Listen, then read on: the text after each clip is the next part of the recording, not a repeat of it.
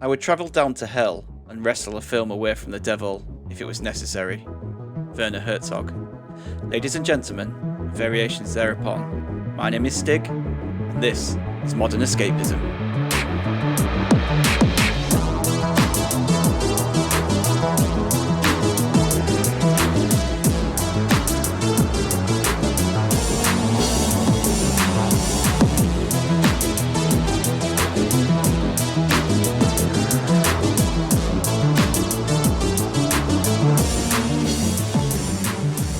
Hello everyone, and thank you again for tuning in for another episode of Modern Escapism. This week I am in the hot seat, and I am joined by Oodles. Greetings and salutations. Biggie. Good evening. And Doomican. Good evening. Well, last week's episode was certainly an eye-opener, and it was a hell of a lot of fun to record and a hell of a lot of fun to listen back to, and we've had some great feedback for that episode. So to take us into back in time, Biggie is going to read that for us. That's right. So, feedback this week, we've got the Real Rider at Rider_555. Absolutely fantastic episode this week, fellas. Was howling at Oodles' confession, and yes, Prince of Thieves is a cracker. Also, It's not. Also, Gadget, 2 words, 1 punch. Not seeing that, so I don't know what that's about. One Punch Man. Boof. Jesus, this week's podcast was funny. Oodles, you need professional help, my friend. Although I did actually think Thatcher was an adult film star, as she fucked thousands of minors in her career. Sick man. Yeah. Then we had from Rob McIlroy at Rob Sharp. Oodles really owning the guilty pleasure section. Fair play. I'm also a big fan of Fast and Furious, and another guilty pleasure of mine would be the Saw movies. Seriously binge watch them. Excellent show this week, guys. Now I want a filthy, dirty kebab. Yes. Ooh, lovely kebab. So, watching Saw and eating a kebab sober. Yeah, that is a guilty pleasure and a half. That's gross. And then we have an email from John Lister. I recently found your podcast and have thoroughly enjoyed the few episodes I've listened to so far. I find your relaxed... Sorry, I was just saying thank you. Oh. I find your relaxed conversational tone words perfectly for tinkering in my workshop while machining and forging. Following your recent... Forging what? Signatures? Yeah. It's not very clear, that is. It could be anything. Following your most recent episode, I wanted to recommend 2 pieces of media based on Flowers for Algernon, one rather more serious than the other. The first is an episode of It's Always Sunny in Philadelphia. The episode Flowers for Charlie from season 9 has the group's literate janitor participating in a scientific experiment to increase his intelligence. That's a good show, though. I love that. Oh, it's so Just like the good. Nutty Professor, that episode as well. It's so not, but that episode is absolutely brilliant. It is good. Like, it is such. I mean, this whole show is brilliant. I'd suggest anyone watch that show because it's. I do like how pure quick the episodes genius. are on that program as well. It's like, boom, you're in. I'm not sure if I've seen that episode. I'll have to go back and check. I don't think I've got as far as season 9. The second is the film Awakenings. This is such a good shout. Starring Robert De Niro and Robin Williams. It is a fictionalised account of Oliver Sacks's memoir in which a doctor attempts to treat a group of catonic patients suffering from a sickness that has left them in comas for several decades. This film covers several of the same themes as Flowers. I will warn you that it is one of the few films that has made me ugly cry uncontrollably. Wow, I've never heard of that. No one's seen this?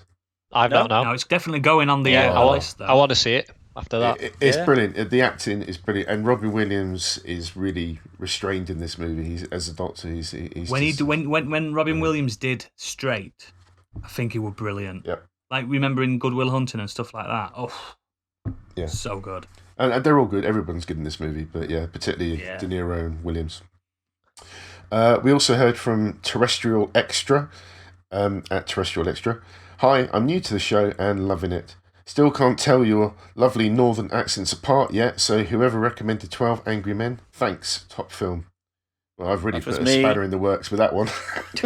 Yeah. Yeah, I love that movie. Yeah, basically to differentiate the northern accents, I say A up, Stig says hello, And Gadget says, "I'll read," and Doomy says, "What do you say?" Probably pancake or something like that. Yeah, and we're talking about what the correct term is for that. That's what I'll say. And Jeebus just has the bad takes, so that's the North. Then we have X Ben Blaster X. Was this whole podcast just a long con for Oodles to sell me expensive phones? That's the plan. Oodles, Let me sign you up today. Yeah. Oodles, if you like the South Park musical, then you have to see the Book of Mormon. I saw it in London. I was almost sick from laughing. Do you know that's the one thing that's got away from it? I've not been able to see it. I don't think they've released it either, have they? No, it's watch not it on like DVD. No, I really want to watch this because I'm a huge fan of South Park. A few of my friends have been to see it, and I've just been like, "Oh, come on, I'd love to see it." But yeah, not. Well, they were due to tour with it either this year or next year. Obviously, for obvious reasons, that's not happening. So, yep. When we can do it, I'm definitely going to try and go and see it. Yeah, definitely, and it's probably going to be quite big places now, though, isn't it? Big theatres rather than the smaller ones. Maybe there's a few near us, to be honest. So yeah, I'd love to catch that though. I've seen so many good reviews of it. We then heard from Deadbeat Punk. Poor Oodles, you're in a shame-free environment, lad. You nibble your toes to your heart's content. Thanks, mate. He then went on to say the highlight is still, was Han's surname really Solo? That was so funny. Everyone knew that. It's literally brilliant. Like a minute later, all of a sudden it just clicked with him. He's like, "Hang on, is Han's surname really Solo?" It's like, yeah. And considering Jeebus loves Star Wars so much, do you think he would have picked that up? Yeah. They even make a joke about it in the film. Yeah. Such a traditional Asian name as well, Han Solo. We then had Nimrod Hicks. Okay, I listened to this week's episode today whilst driving, by the way. Nearly died twice. Oodles, I thought I was being open with my internet me time comment, but only watching porn for the comments. Wow. Great episode, lads. Keep it up. What is next week's theme? Also, props to Gadget for using the word unique without prefacing it with fairly, etc. Can't abide with people that do that. That's a fairly unique observation there. It really is. I seem to have captured the hearts and minds of the nation last week. Like I say, I was just being candid, and I'm glad I've touched you all. And if you'd allow me to touch you again. I felt the show nice choice of words there. It was building up. You could feel it building up. So then when it came to your section, it was just something else. I warned everyone. if you hang around as well for another 30-40 minutes, then you'll find out what this week's theme is as well. Or you can just read the show notes and you've had it spoiled for you. Yeah. Just a couple more. We heard from Christine Dowie, OMG Oodles and porn. Then in caps, toenails. And then he reads the last page. What the fuck? Like I say, I've captured the hearts, haven't I? I really have. Went on to say, I'm deeply touched that I've affected you all this way. Mama Gadget is a big fan of Oodles. Yeah, I think we need to have a parental advisory sticker on our podcast. We definitely have. We already have. Parental advisory just on Oodles. Yeah, just on Oodles. Look, right. That was a top. You guys gave me the topic, and I delivered. When we have you have to put an E for explicit. We should also have an O for episodes Oodles is on, just so people can come prepared. wait till there's New Year's resolutions podcast. It's gonna be incredible. As you finally went on to say, poor Jeebus, he couldn't follow Oodles. His guilty pleasures are totally normal. We were hysterical listening to Oodles. And then finally, Monk's Boy, fabulous editing on the Avril part. I mean, couldn't have been a more tuneful singer over any original track you're going to sound off. Bless him. I love that. I love that. It was such a surprise as well. Thank you for acknowledging my singing. Yeah, what are you singing this week, Stig? I don't know.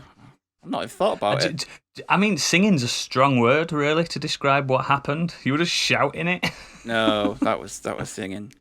Monk's Boy, you're on the spot. If you get me on the karaoke, then one day you might see a bit different. something a bit different. Notes for meet and greet karaoke. You might Oh, see yeah. people seriously consider social distancing then. He also adds... Monk's Boy says he also adds, fuck me, Oodles in his feet. And that is it. Always I've got Oodles. lovely feet. Yeah, some absolutely brilliant feedback there. Like I said, that episode absolutely banged. So it was such a fun episode. I Oodles loved was listening to it. I did. a particular delight. I didn't mean to do anything special or extraordinary. It was just, like I say, it's just me. Yeah, that's I'm fine. Just me, guys. Brilliant. So thank you everyone who messages in with feedback for last week's episode. We're now going to head over to the Nexus and talk about what we've been doing this week. First, we're going to start with Oodles. What have you been up to? Right. So this week I've been biting my toenails. No, I haven't. I haven't really. Yes, you are. I have a little bit. I was going to talk about my odyssey with laptops and technology, but I'm going to leave that for an episode where I can scream at a microphone. But basically, I've destroyed a laptop today without physically hurting it. But moving on, I want to talk about a little game that captured all our hearts, really, and surprised me more than any game surprised me in a long time. It's called Among Us. Have you heard of it? What's that? Basically, it's a game that Stig is really bad at. I proved this week. I was really bad on the stream. I'm not gonna deny that, but I can win, and I proved that the other night. I can win.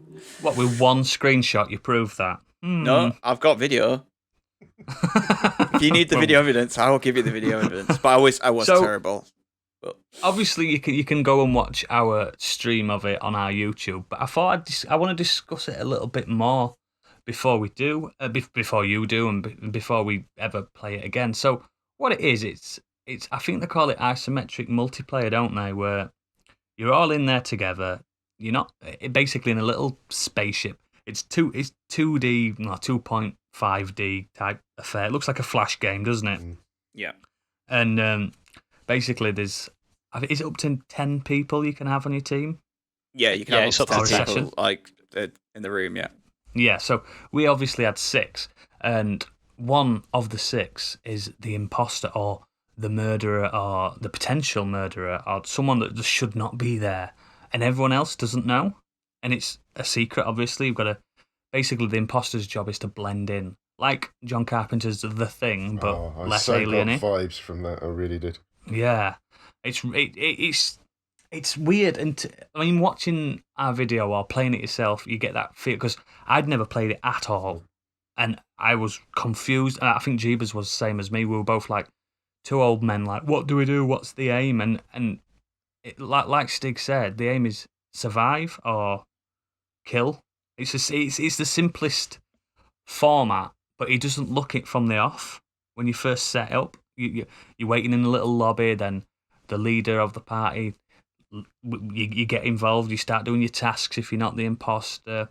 You basically got to get to... I don't even know if there's a backstory in that game. You've just got to get from A to B No, by completing tasks. You basically, like anyone who isn't the imposter has to do a series of tasks before the imposter kills them, or you work out who the imposter is. If you do all of your tasks before they've managed to kill everyone, then you win. You could, yeah, if you're quick enough, and obviously there's cooldown times and stuff, you could just kill everyone in one go if they don't notice. But the chances of that happening is very slim because people are going to notice. Because the tasks, this is what I like about the game. The tasks seem to get you everywhere in the ship.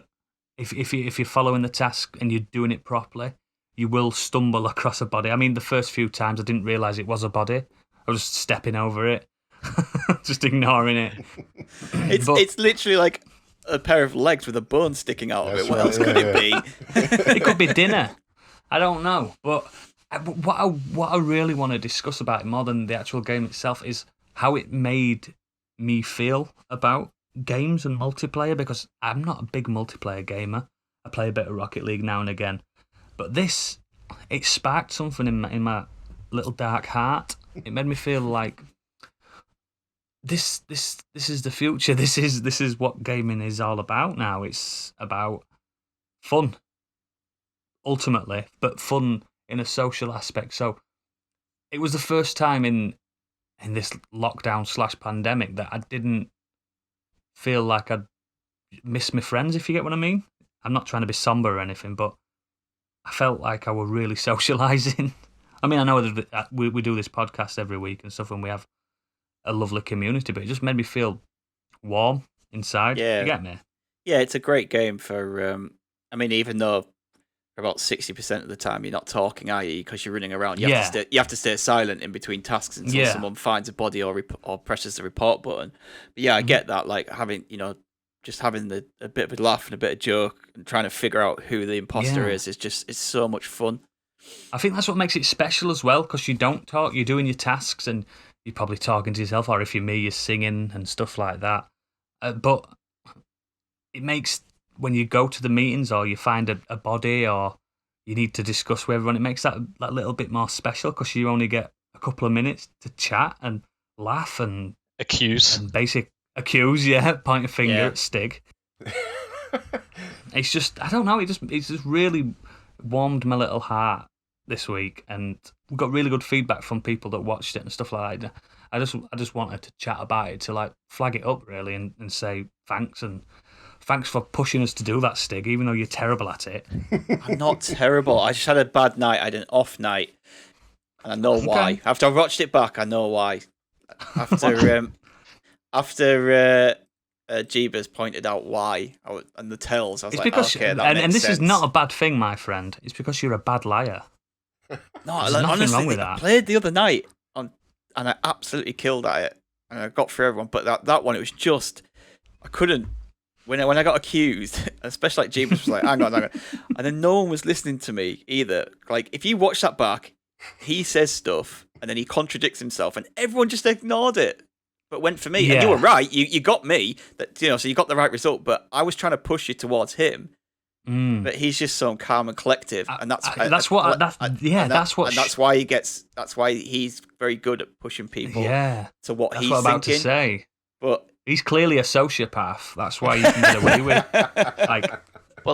turning a group of people against a common enemy. Do you know what I mean? He's good at that. Going into that, I sort of knew what it was looking at it, but I didn't really understand it. You know why it was so popular, or because I was thinking, is it going to be that good? This though, really? It just looks crap as well, doesn't it?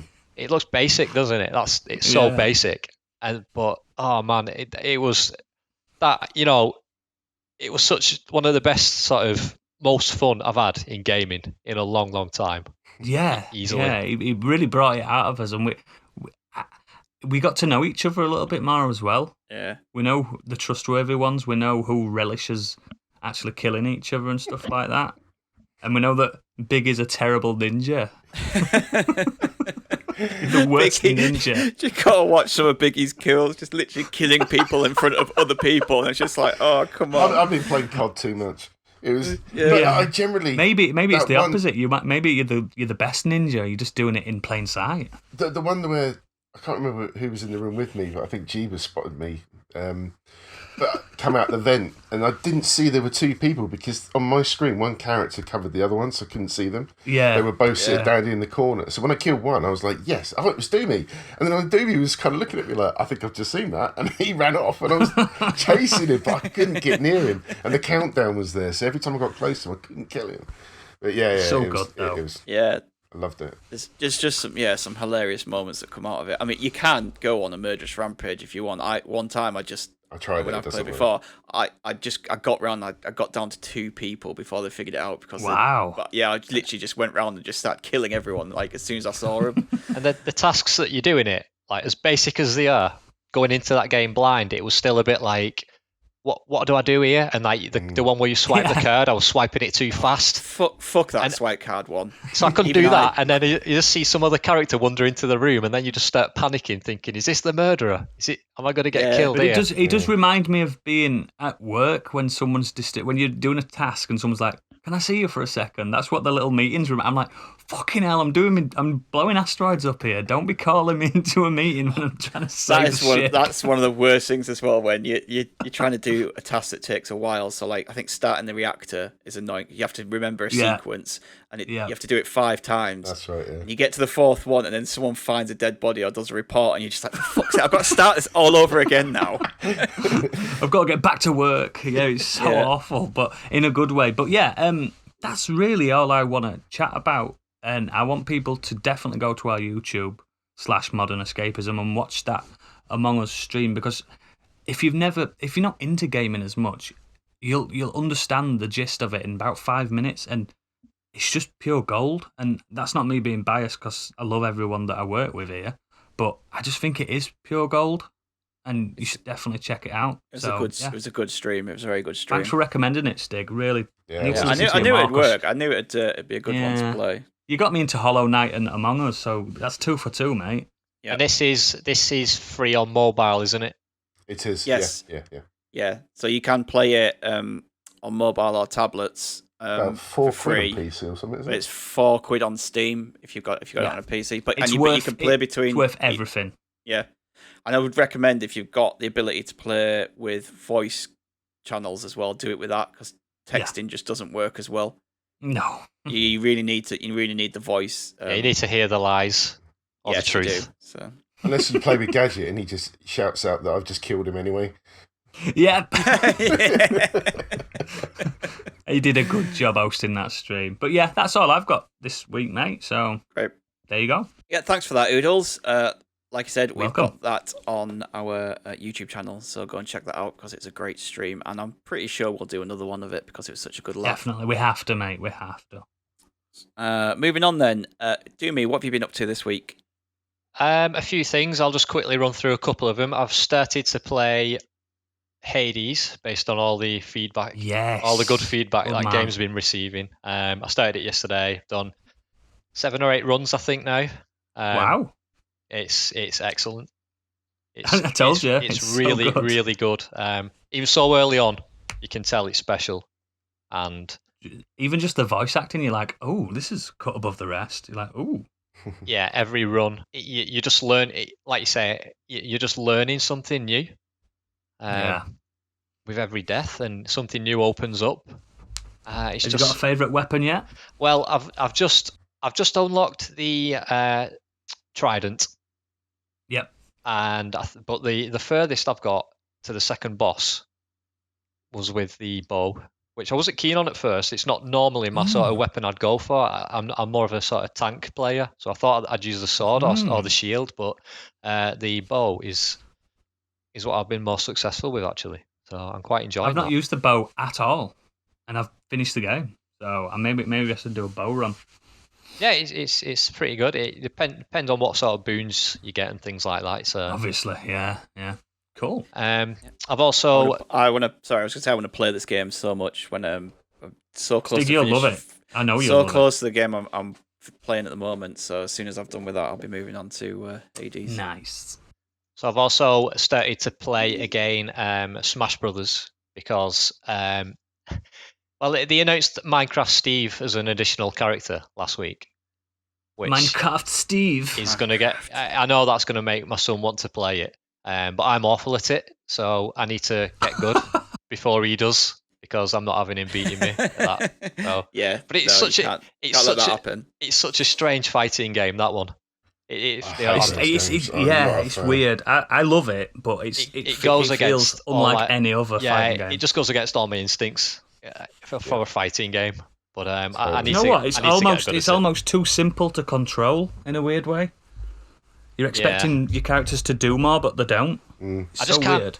As soon as I go off the edge, I'm dead. Basically, I can't reclaim land. Always But be Kirby. everybody else then you seems can just to float be up. flying around forever. Yeah, Kirby's a good training character to get your water wings in a way. He's the So- only character that I'm good with. Yeah, it's like your starting character. There's too much going on the screen as well sometimes, with all the moves going on. You can't even see where the fuck anyone is. It's just, yeah. I'm a Toon Link guy. If anyone's wondering out there, that's my main. So I'm gonna try and get good at that. I don't know if I will. I think to you be will. honest. But we'll see. We'll see. I'll keep you all updated. But the main thing I've been playing, and it's not a very well known game, I don't think. So keep your eyes peeled for it, because I think it's going to be pretty big. This one. It's called Minecraft. Don't know if you've heard of it. Oh, is it a German game? It must be. It must be. But, no, but I don't think I need to explain what Minecraft is, do I? Or should It's I? Lego. Yeah, I have never played Minecraft. Nope, or Shut watched up! Are you any being videos of it. serious? Oh, I'm really? being I haven't either. serious. No. I know. Wow.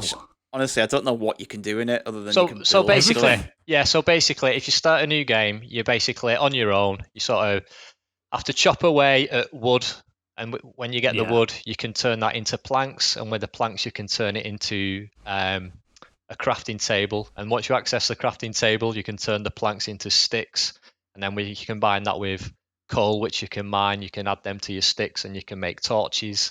And it's all just about mining the different materials and elements in your environment and putting them together and seeing what you can craft and build. It's just complete sandbox, really. You can build whatever you choose, really. Someone literally built a working computer inside Minecraft. It's crazy some of the things that people have built in it.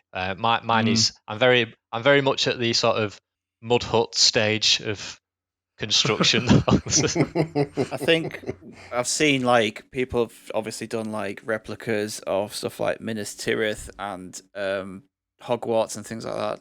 Yeah, they tend to do that in like free mode, where you don't have to think about resources. You just build. Yeah, so Really. It's so you- impressive though. the is. creative mode is where you have everything open to you from the get-go, so you can use whatever you want. And then there's a survival mode where you start off with nothing, and it's just a survival game. And you have monsters coming after you at night time and things like that. So you have to craft weapons and armor to protect yourself from that. My son's mad on it. But the reason I started playing it this week was because last month they launched a VR edition of it for the PlayStation VR. Mm. Did they? And it's really good. It's implemented really well. It's basically, so you put the headset on, and you sort of start off, and you're in like a room in Minecraft, sat on a couch, and you've got sort of pictures on Minecraft pictures on the wall, and what looks like a Minecraft sort of picture or TV in front of you, and on that is the image of the in-game, what you're controlling, and you can sit on the couch and play it with the controller through this sort of TV. But if you press up on the D-pad, it takes you into the game, and then you Oh, that's good. then you're sort of in that virtual reality. Like And in the Matrix. it's so good, but the in the survival mode, it turns it into like a survival horror. Oh god, Especially yeah, like when you night get- time. When you get into the mines and the monsters and the mobs are coming after you, it's genuinely terrifying with the sound as well. But also, it's all the game modes that you can play in the regular game. They're open to it as well. So I bought my son the Jurassic World map pack, Yeah, I've heard good things. and it's brilliant. But you can The music's there as well, isn't the it? music's there. You can play that in VR. So I started a new game of that, and you're on Jurassic World, and then you sort of get in a minecart, and you get that moving, and it sort of takes you through on the mine track. Yeah. It starts you up this hill, and the music starts playing, and then Oh. you get to the big Jurassic Park gates, and they open up through it, and it's just, and then you see it, and it's just incredible. I was just like smiling. It's so- It was so good. It was so good. Like, but my son's only 6, so I don't really think he can. I don't think it's good for his eyes if he plays that. Did you have in the VR VR. on? They were like, shush, shush, Oh, no, son, I've Daddy's not, playing, Daddy's playing. I've not sort of played it in VR while he's been here, because All right. he'd want to be in it all the time then. All the time. Yeah, I have found that when I put my VR headset on, I thought, well, I've got a bit of spare time now. Kids are outside playing with their friends. Put that on, and then they'll come back in. They're like, "Can we have a go? Can we have a go?" And you're like, oh, I just wanted to. Do you know, I've never, Have a little go. ever played a VR game in my life. Oh, really? Yeah, it's Mhm. good. Never, Good. not Fun. once. It's really good. It is really I've got good. a feeling that the second I put it on, I'm going to start throwing up. But I'm not travel sick, so I don't know. I'm just. No, you'd probably be scared. okay then. You'd probably be okay. Yeah, Some games are worse than others for it. I'd probably play a game that I'm used to, that I've played without VR first, Resident Yeah, Evil so 7. I know what to expect. Yeah, Oh Minecraft. yeah, jumping Minecraft straight then. into survival horror. You got you have to, mate. It's I awful. know. It's How, bad, Jamie? man. How does playing with that kind of graphics then work? Like feel in VR? Because a lot of other games in VR is trying to make. It's when fine. you're It playing, it works really well because it's so basic anyway. They're not trying Yeah, to portray realistic graphics, so it works really well. It controls really well. You can you look and move forward, and you'll move forward in that direction, or you can flick the right analog stick left and right, and it'll move in sort of 45-degree increments. So gradually. Yeah, so you're not going to be sick then, are you? No. 'Cause you've got enough time for your eyes to adjust, because that's what makes you sick, isn't it? Your legs aren't moving.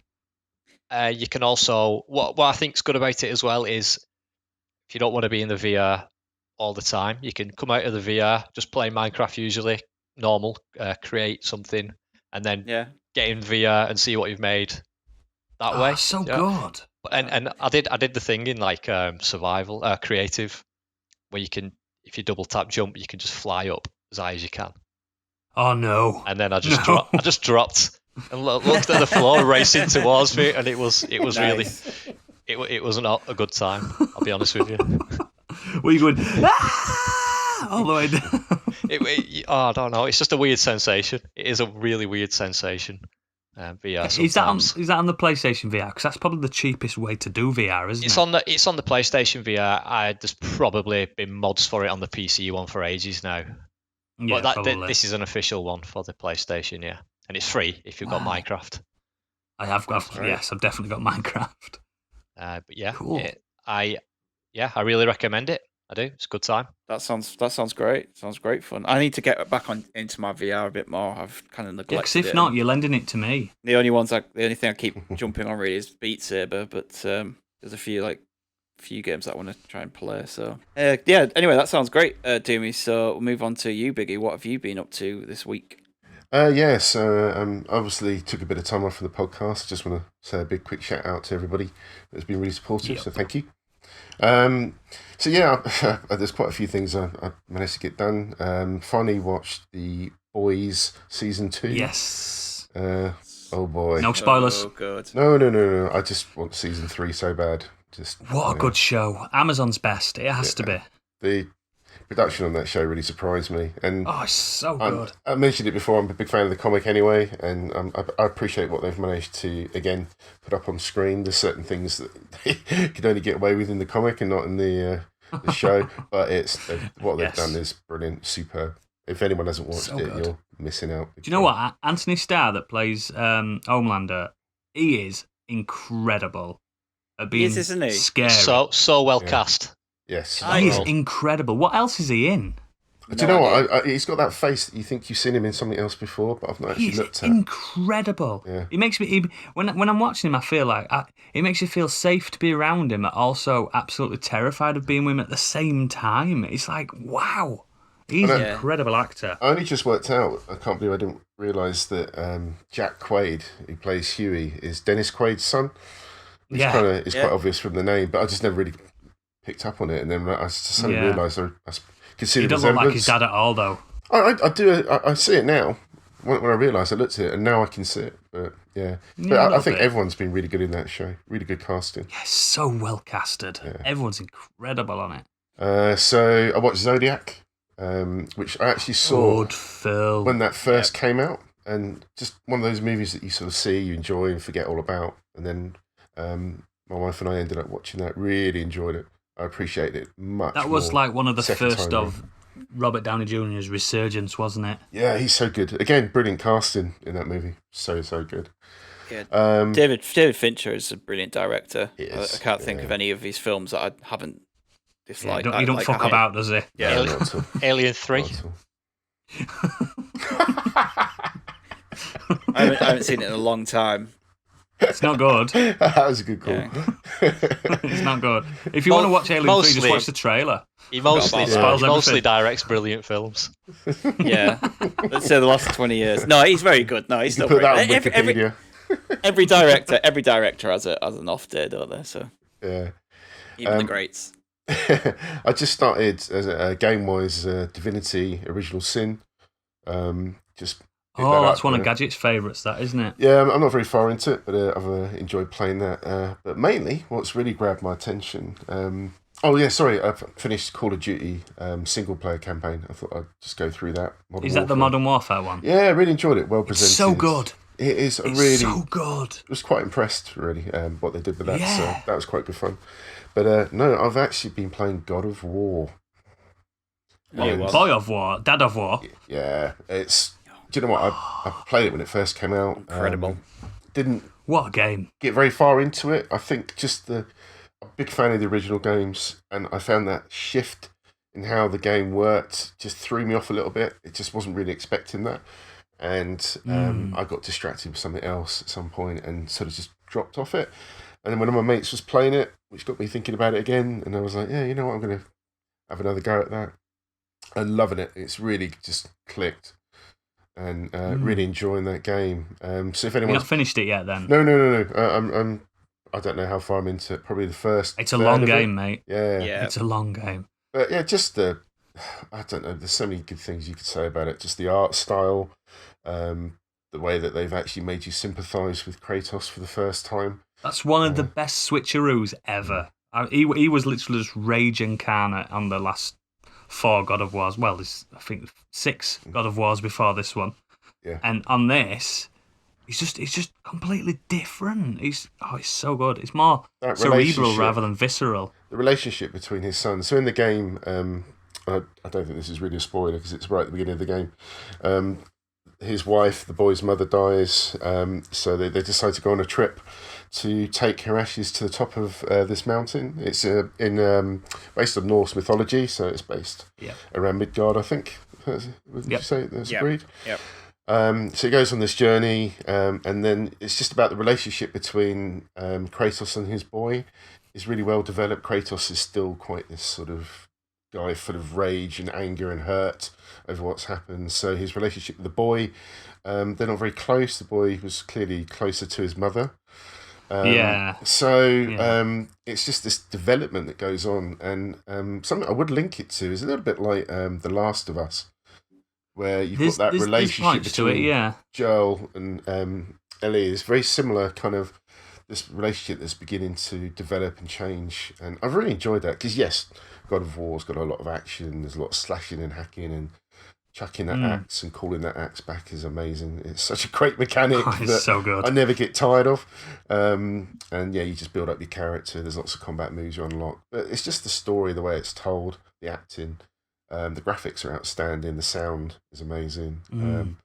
Just cannot recommend that game enough. Just love it. Yeah, the whole game is done with one camera shot as well, isn't it? Like there's no loading screen. It's very well hidden when you go between the realms. There's always something going on that makes you feel. It's one of the factors of the Cory Barlog, the director, stated that he wanted it to be a continuous camera shot throughout the whole game. So the second it starts to the second it ends, there's no cutaway. That's what I mean, like no fade to black type thing. I know what you mean now with what happens between the realms. Yeah, just It's just so all the loading's masked. Yes, putting together a combo in that is so satisfying. Yeah. Like especially on some of the trials that you do, like yeah, it's so good.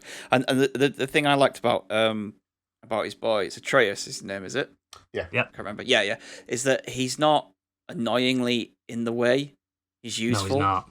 Like games like that, it's so easy to be like you're Kratos and you're having to babysit your son, and you have to hold his hand around, but he's not. He's actually really useful, and you bring him in for combos and bring him in for combat, and it's actually it's really well done.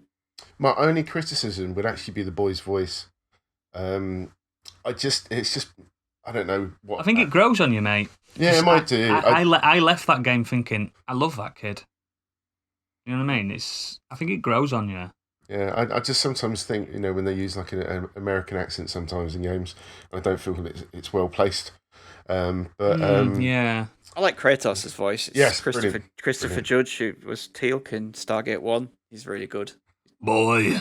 Yeah. He's really good. His grunts and everything is great. It took me a while to get for it to click, to be honest. I mean, I don't mean like 15 hours or anything like that, but it was a good few hours before I thought, no, that this is good. I can't remember the enemies, the Valkyries, maybe. Yeah. You got And they Dark came into Elves, and there's so many different It's all variations, and sorts. I obviously haven't seen all of it yet, so I've got that to come. But it just reminded me a little bit of The Witcher, where Geralt's voice at first I found that quite grating because everybody else was all the accents in that game I felt were really well placed, and then he had this American almost drawl. But that was the Rivian accent, an American accent. Yeah, to me it just didn't. It's explained in the quite game. work. I know, it just didn't feel like it worked. All the for me. witches talk like him with an American accent. It never feels right when you get games set in ye olde time. Yeah. That aren't because they don't have that history, whereas other parts of Europe do. Yeah. So it feels like it should be some form of European accent. Exactly. Or it felt like I was Middle playing Eastern, in The Witcher like with African or Solid Middle Snake. Eastern African. Yeah. Yeah. In some of the Witcher novels, some audiobook versions, Geralt's Scottish. They made him Scottish, which it suits him a little bit, but it's so weird. I'm just so used because I've played all the Witcher games, and it's always been Doug Cockle's voice to me because that's the guy's name, Doug Cockle, which is such is an he in all incredible of them? name for. Yeah, it's such okay. a good name for someone, Geralt of Rivia, and his real name's Doug Cockle. I think I remember reading a while back. Originally, the creator of it, I'm not sure if it was for God of War 3. It's not the sort of ending how he wanted to finish it would be like Kratos sort of wandering through a desert and just sort of following a light. Yes. And then the light would end up being a star, and it'd sort of bring him to like a stable, and it'd be like I've heard that the end of the old gods and the birth of sort of Christianity sort of thing. Yeah, but must have been a bit too. That's too verbose, isn't it? It's like I know. Let's make him walk from Greece to Norway and Scandinavia, and there'll be new gods. I thought it was like an interesting Romans next idea, though. No, because they've hinted that it's going to be ancient Egypt, haven't they? Well, no, I mean the next one is going to be like carry on. Same, but yeah. Don't want to get spoiler territory. Yeah, but I loved God of War, and what I liked about it as well was the it's like semi-open world, so you can kind of move around between places. Yeah, but it's not like it's not as big as something like Red Dead or something like that. It's No.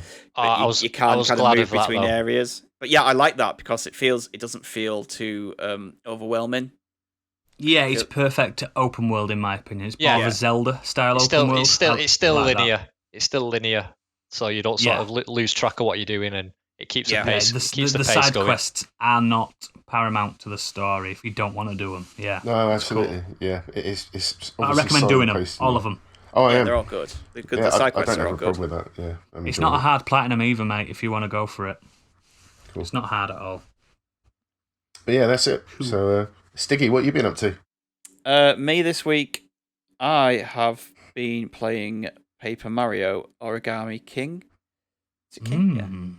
Yeah. So I apologise to everyone. This is quite a game centric Nexus this week, but that's what we've been up nerds. to. Yeah. But yeah, I've been playing this for a while, but I didn't want to touch on it until I kind of got into the game. So I didn't want to kind of get into the meat, the meat and bones of it before I'd got into it myself. But I'm pretty sure I'm right near the end now. I'm in the last world, and I'm making my way up to what is clearly the end boss. So I feel like I can talk about it a bit more. But I really enjoyed this game. It's not something that I thought I would have to start with because I've never played a Paper Mario before. I heard they've got the elements of RPG / what's the turn-based style? Yeah, this is not a Super Mario. If you're not into gaming, this is not Super Mario running to the right side of the screen. This is completely different. It's not like a 3D Mario either. So basically, the setup is the Origami King has taken over the land, and he's trying to turn everything all the paper world into origami. But to help you in your quest to stop him is his sister, Olivia. Oh, she's so good. Such a good character. She's brilliant. To start with, she was a little grating, I felt, because she was very intrusive with what you had to do and like trying to tell you how to play the game, which is understandable. What, you mean the 3-hour tutorial? Yeah. But after that one, she becomes like, gets into her own little character, and like she's just adorable. Like some of the stuff she comes out with is funny, and you also have a few side quest allies with you throughout the game as well. Yeah. Which all offer up like their own kind of unique characters. To me, though, Olivia is the narrator of the tale, because Mario doesn't speak, as we all know. Yeah, no, Mario doesn't. He just reacts to stuff. Yeah, because she's new to the world that they're inhabiting. It's perfect for her to discuss things that normal people wouldn't just sit and discuss together. It just makes it perfect for that, and she's so good. Because like you said, she is new to the world. She's kind of been born into this world. And everything is fascinating to her. So she says things that you like Oodles says, like you won't even think about it, and then she comes up with it, and you actually, that's actually quite cute and quite a funny thing to say and to notice. Like she picks up on things, but even like the combat in this, so it is turn-based in a way, but what it is kind of on turntables. So you have like 4, you stand in the middle, and then you have like 4 turntables on the outside, and you've got to line up the enemies, and if you get them all lined up in a straight line or in a block of 4, you get like an extra bit of power on your attack. If you don't kill them all, they attack you. So even that, I'm not a turn-based player. Like I rarely play games like that. There's only been about 3 or 4 I've ever bothered playing. They just don't click with me, but this one does. And sometimes I do get a bit annoyed having to go into them, so I just use the toads to help. Yeah. Because the best thing about it is, though, unlike most RPGs, there's no experience, so you don't technically have to fight if you don't want to. No, you can't run away. You're only doing it for money. Yeah, you can run away if you want. And if you do run away, that enemy disappears. So it's not like they'll run away and then they'll have to come back in. So there's no frustration really at all. No, and I've just really been enjoying it. There's 6 different worlds in it. Each world is vastly different. Good. Yeah, it has all these different elements to it. Each world has like 2 different bosses that you have to face. There's like a mid boss and there's like an end boss to it. It's just really creative, really fun, and I've really enjoyed playing it. I would definitely recommend it to people if you do like Mario. I'd recommend it just for the characters. The references as well, yeah. The references, because what this does is, because it's not like a normal Mario, all the characters kind of have their own little say. You can go and speak to them, and they talk to you about things. So weird. So even the who are usually traditional baddies, you're kind of working with them because of this. They're kind of like Mario as well. They're like, oh my god, it's you. Yeah, because Mario's like a celebrity. Yeah, he's like a celebrity to them. So because there's a big bad, they're kind of helping you out a little bit. Yeah. But they'll talk to you about things that you wouldn't necessarily. None of this story stuff would be in there with a traditional Mario. So yeah, it's really good. I don't know what else to say. I just want to say as well, one last thing about it. It's really charming. It's really well written.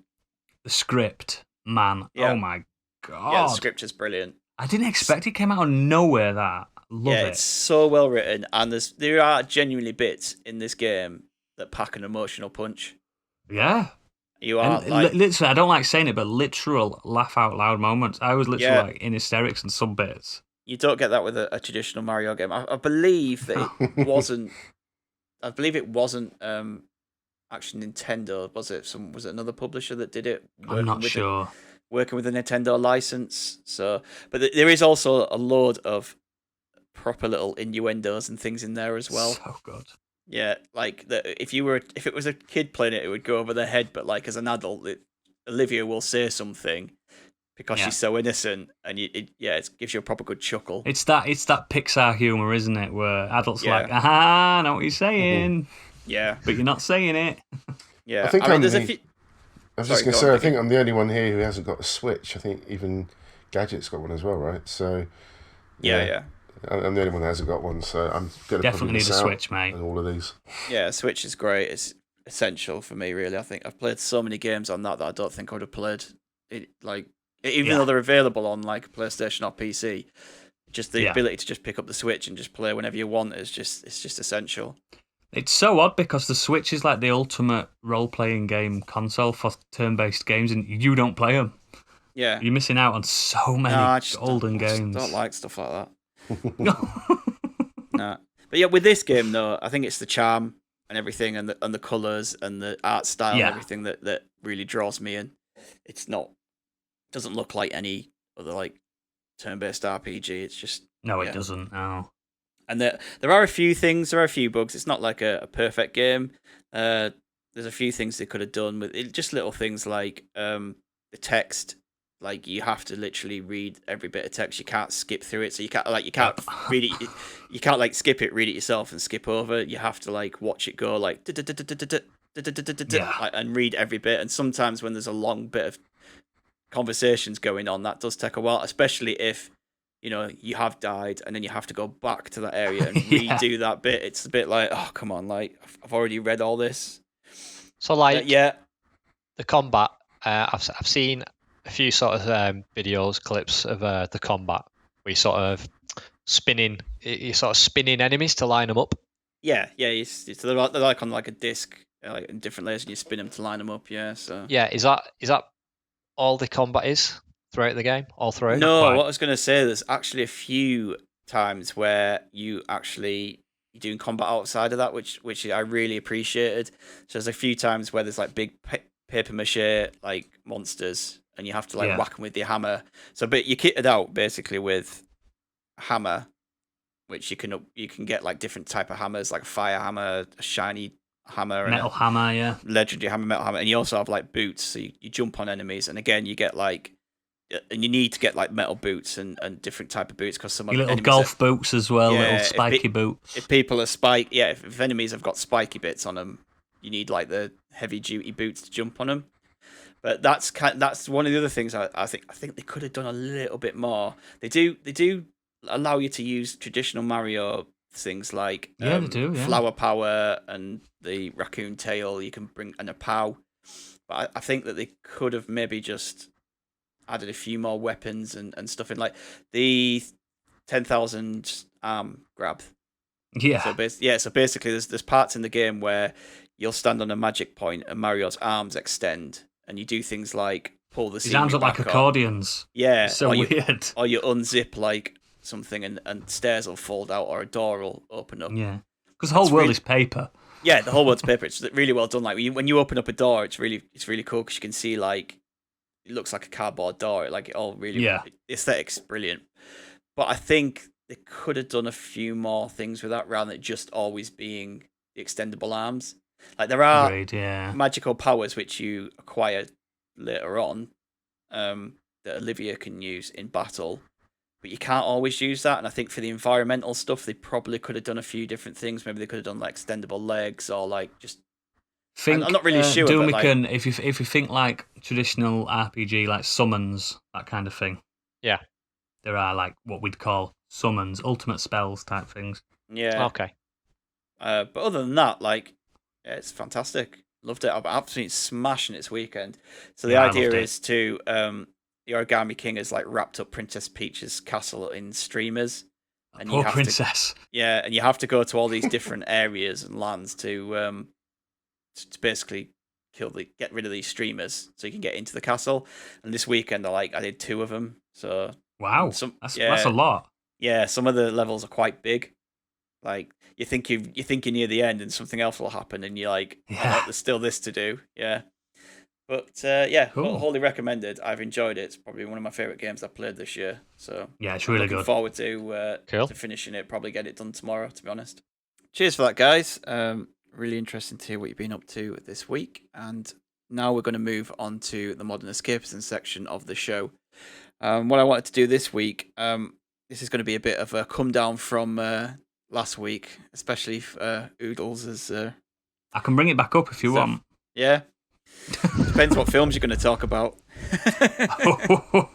No, I'm more reserved today. so don't worry. Yeah, You so can what drive your cars safely. what I wanted to do this week was I really love film, and I'm a big lover of film, and what I wanted to do was talk about films from the last decade, but avoid the blockbuster films, especially with what's going on at the moment with blockbuster stuff. I wanted to kind of talk about and champion those films that don't really get talked about much, or might just there might be big films, but they aren't these big franchises. We're not going to talk Marvel, Star Wars. We're not going to talk about any $1 million hundreds of $1 million films or sequels and spin-offs to huge franchises. Because there are a lot of those. Yeah, I mean, we'll get to them one day. Trust me, I enjoy a lot of them. But yeah, same. This week I just wanted to hear more about the smaller film. I say smaller films because one of mine really isn't, but I had to talk some about gross it. a lot, don't they? Yeah, some gross a lot, but they aren't. They're not done on a massive $300 million budget. Let's not forget Pulp Fiction's an indie movie. Do you know what I mean? Yeah, but exactly. It's huge.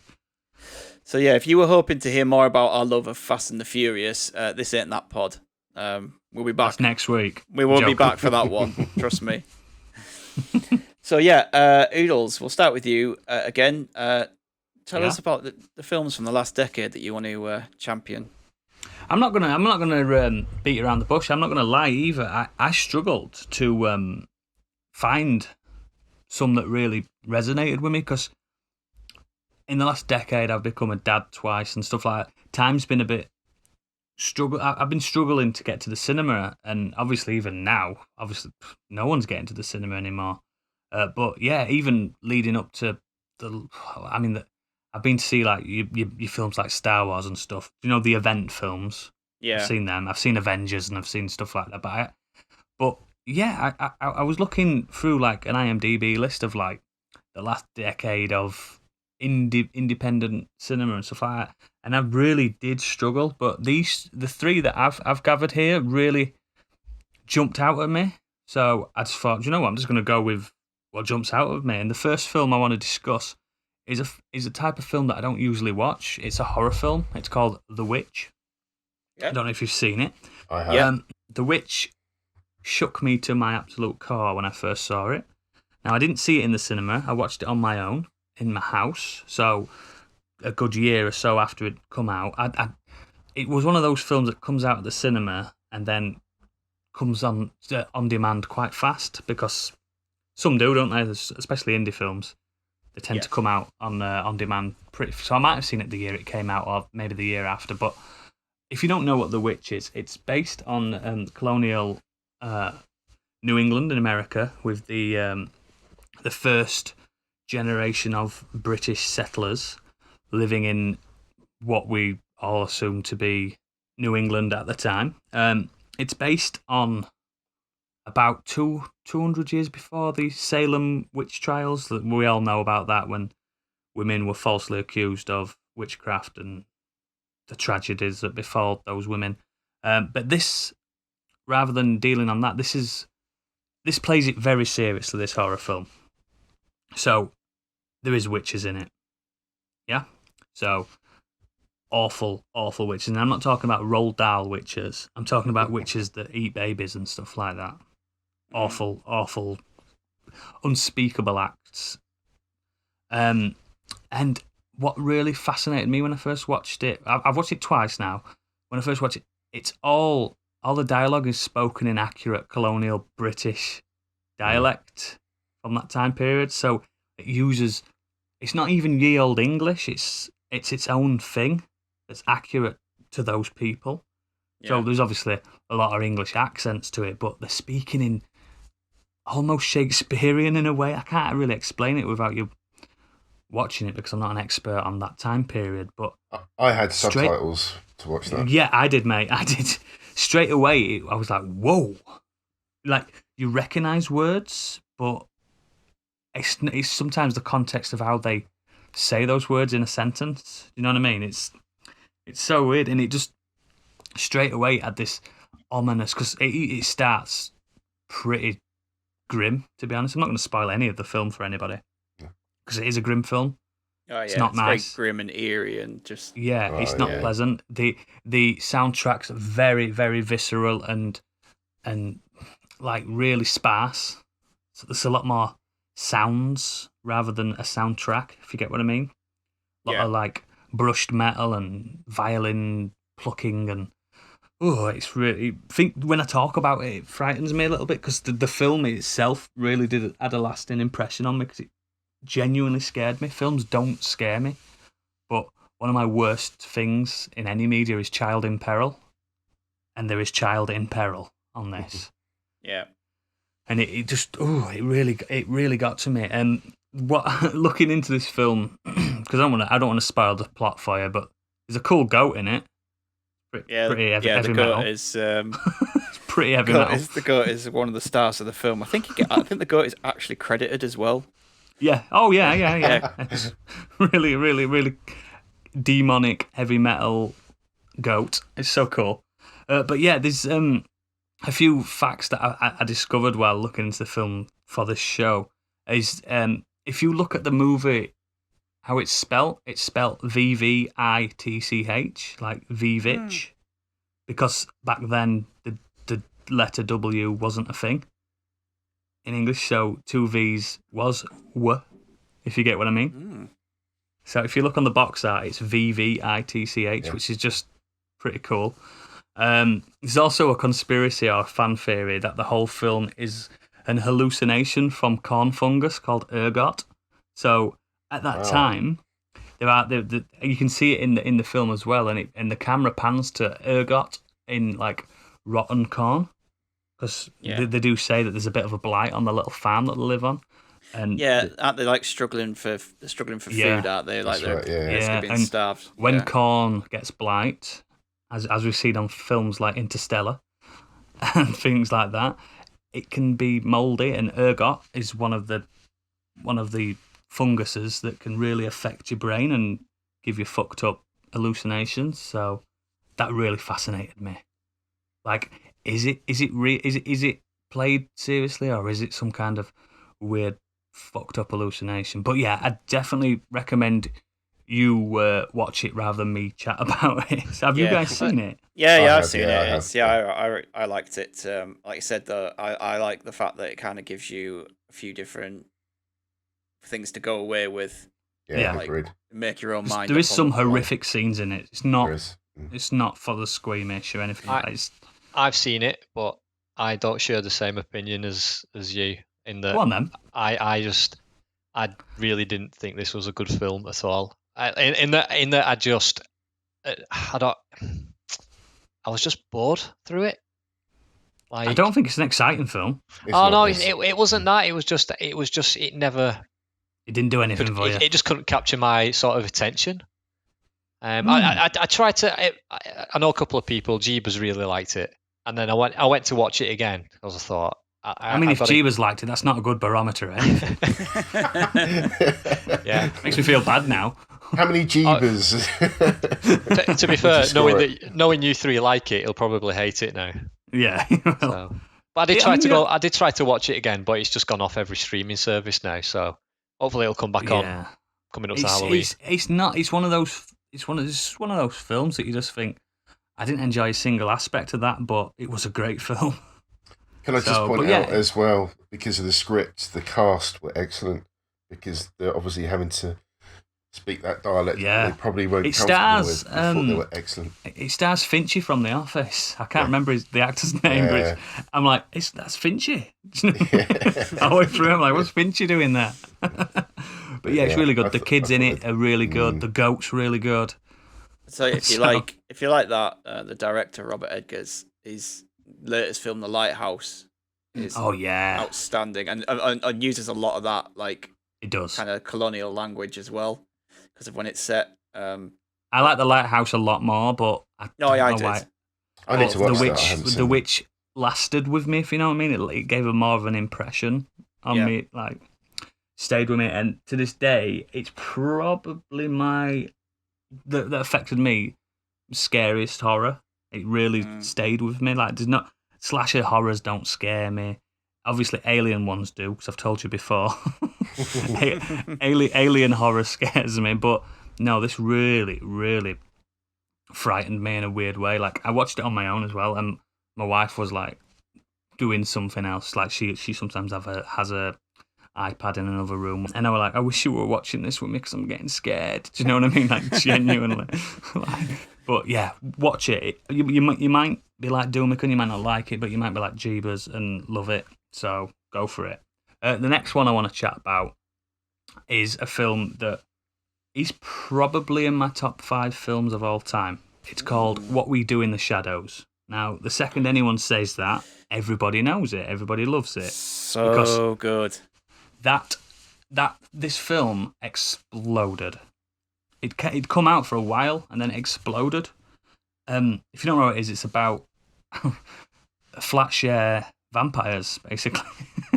Yeah, it's a mockumentary, isn't it? It's like it's a mockumentary starring Taika Waititi and Jermaine Clement and a few other of their friends. And some of them, it's the first acting gig that they've ever had, and they're brilliant in it because it's got that. Sorry, Rhys Darby. He's in it as well, isn't he? Yeah, Rhys Darby's in it. Yeah. It's got that Kiwi humour to it, which is almost British in essence. Very sarcastic, very on the nose. But it's played straight as well, even though it's a mockumentary. It's so good. Basically, these vampires are living in Wellington, in New Zealand, and they're just trying to live a normal life that any 500-year-old vampires can, that also need to drink human blood. It's just so good. It's like, someone said to me, it's like Friends but with vampires. That's completely wrong. It's not like Friends with vampires. No. This is like, it's like the classic mockumentaries like Spinal Tap type thing, but Spinal Tap, that the guys in the band are playing it really straight as well, aren't they? Even though they're stupid. It's like that.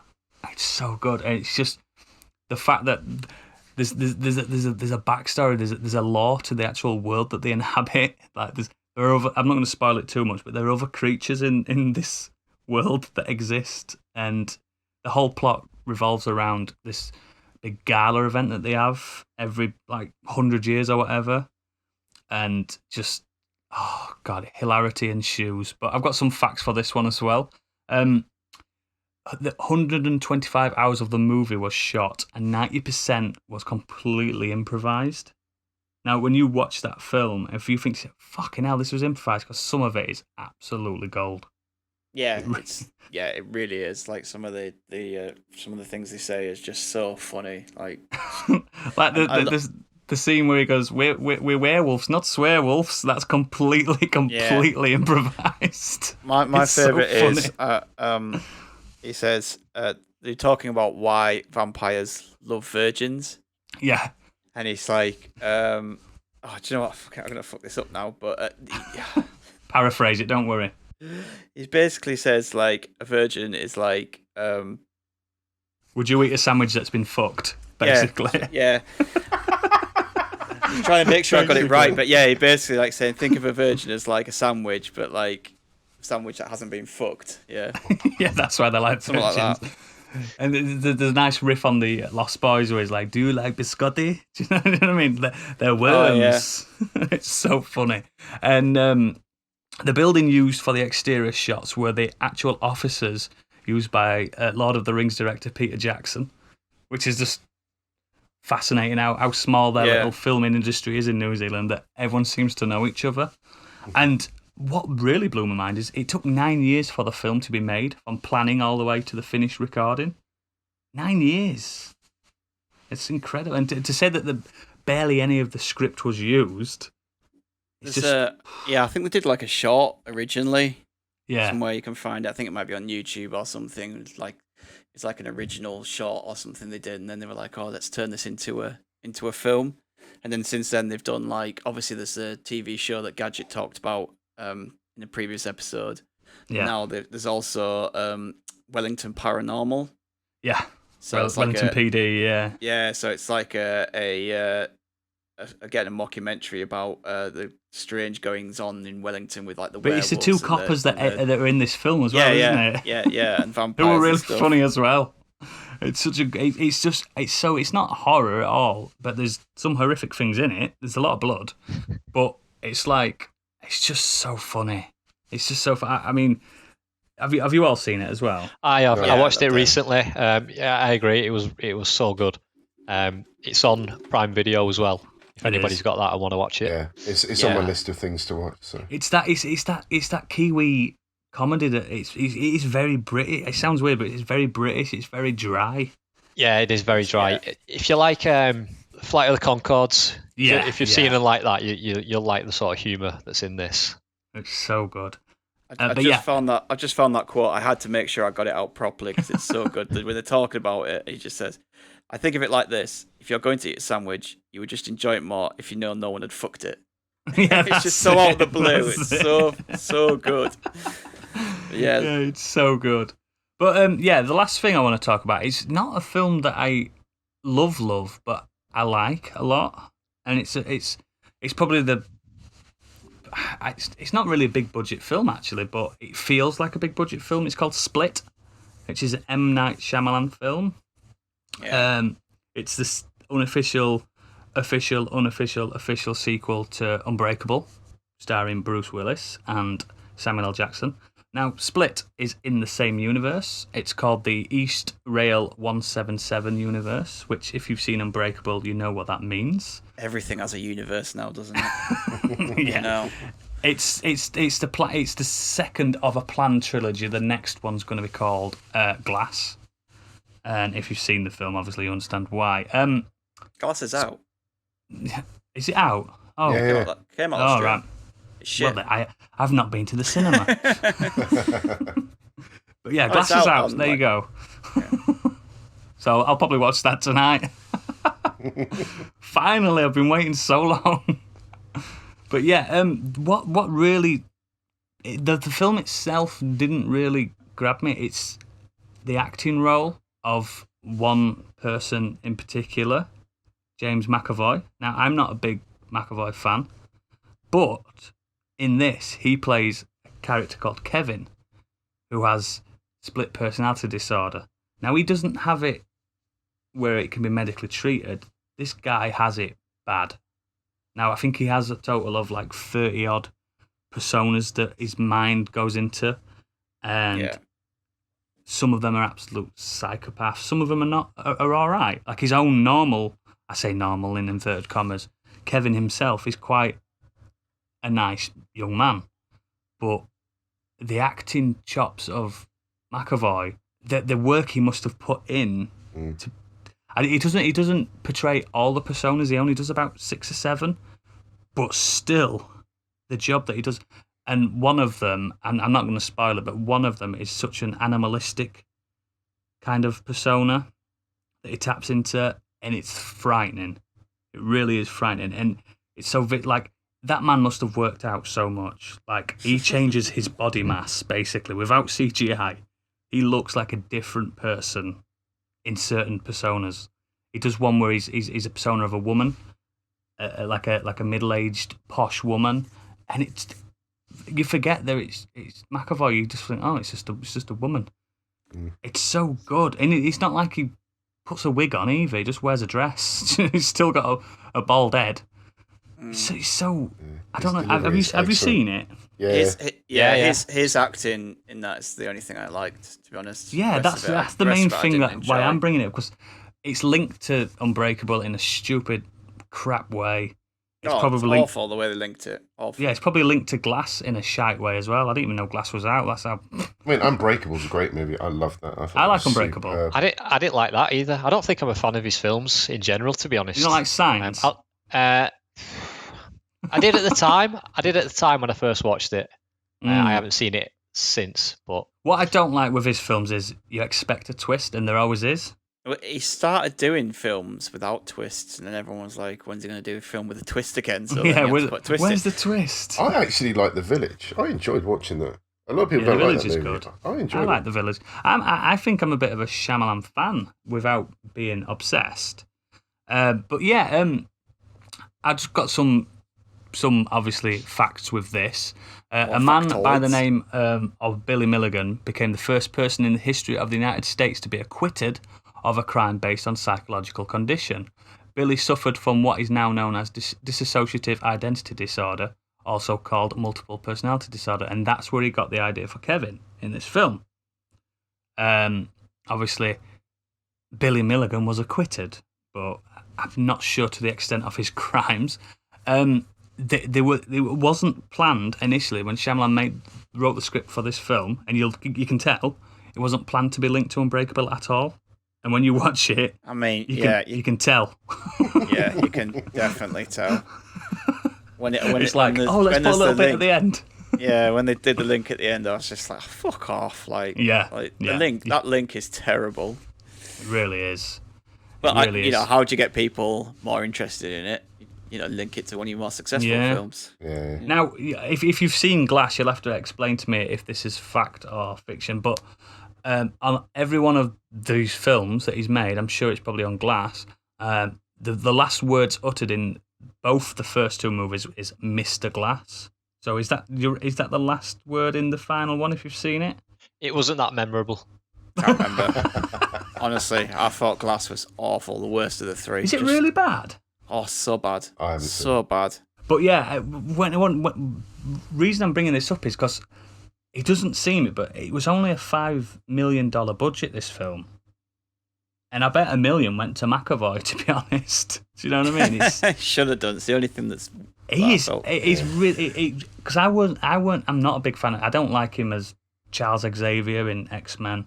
Nope. But he's really good in this, and that's what really set it apart. I'd rather it be an hour and a half of watching Mcavoy get into the roles rather than the film, if you get what I mean. It's like a nice case study on an actor.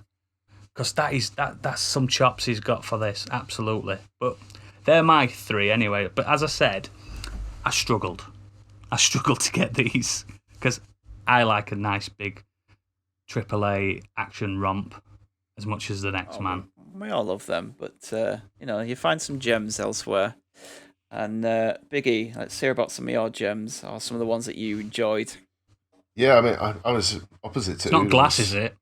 If it is, then I'm just going to end the pod right now. No, I mean, for me, there was just too much choice. It's like, if we could talk for hours and hours and hours and hours, we would. Personally, myself, I'm a bit like Stig. I love my movies. And I just tried to think of a few that just stuck in my mind for any reason. So the ones I've chosen, I've gone with Sicario. Oh yeah, amazing, so good, great show. Has everyone seen it here? Yeah. So it came out in 2015. It's like a American action thriller. The name Sicario is actually Spanish for hitman, which kind of reveals quite a big plot point, but I don't think it'll ruin anything spoilers. No, for the movie. I think just looking at the box art on the DVD, you know exactly what you're getting into. But again, the cast is excellent. It was directed by Denis Villeneuve.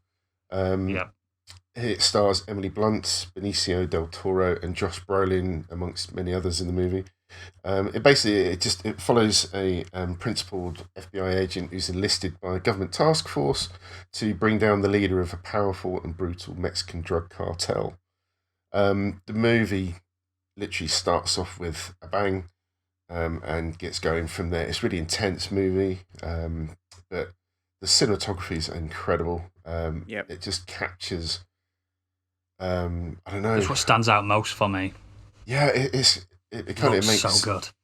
I do not wish to offend anybody from Mexico, but it really does make Mexico seem really intimidating when they get the way it's filmed. It's just the cinematography is fantastic. The soundtrack is amazing. The acting is superb. There's one particular scene which I won't spoil, but it's in traffic. And it was just that's so tense, I just well have done. never been so tense watching a movie. I thought it was just so well done, and I just literally cannot recommend this movie enough. It's just so well done. There is a sequel as it came out. I've not seen it. A couple of years ago. I think it's again really good. Again follows some of the characters. I won't reveal who. But I can't recommend this film enough. I really enjoyed it. It's a great thriller. Acting's superb. It's got twists and turns. But the cinematography is incredible. Yeah, he's just a brilliant director, though, Denis Villeneuve. Like, again, like he's just on such a roll at the moment. He's got can't do Sicario, any wrong, can he? Arrival, Blade Runner. Now Dune looks like it's going to be epic. It seems like he's on a different level. He's on a different plateau of like filmmaking. It's just completely. It's like he's transcended. Yeah, it's so weird. His vision and like the cinematographers he's working with, they're just their eye for stuff is just so good. So good. Give that man all the money. I mean, even when they announced Blade Runner, I really wasn't interested because I'm such a fan of Blade Runner. But I enjoyed Blade Runner. I thought he made me like the sequel more than the original. Yeah, you're right. What he did with that you know what I movie mean? was superb. So, moving on, the second choice for me is The Raid. Yes. Has everyone seen this? What a film. Yeah. Okay. I've seen it about 40 times. Ever. It's so good. I come from a background of I grew up watching Jackie Chan movies. I thought you were going to say I come from a long line of kung fu experts then. Which I also no.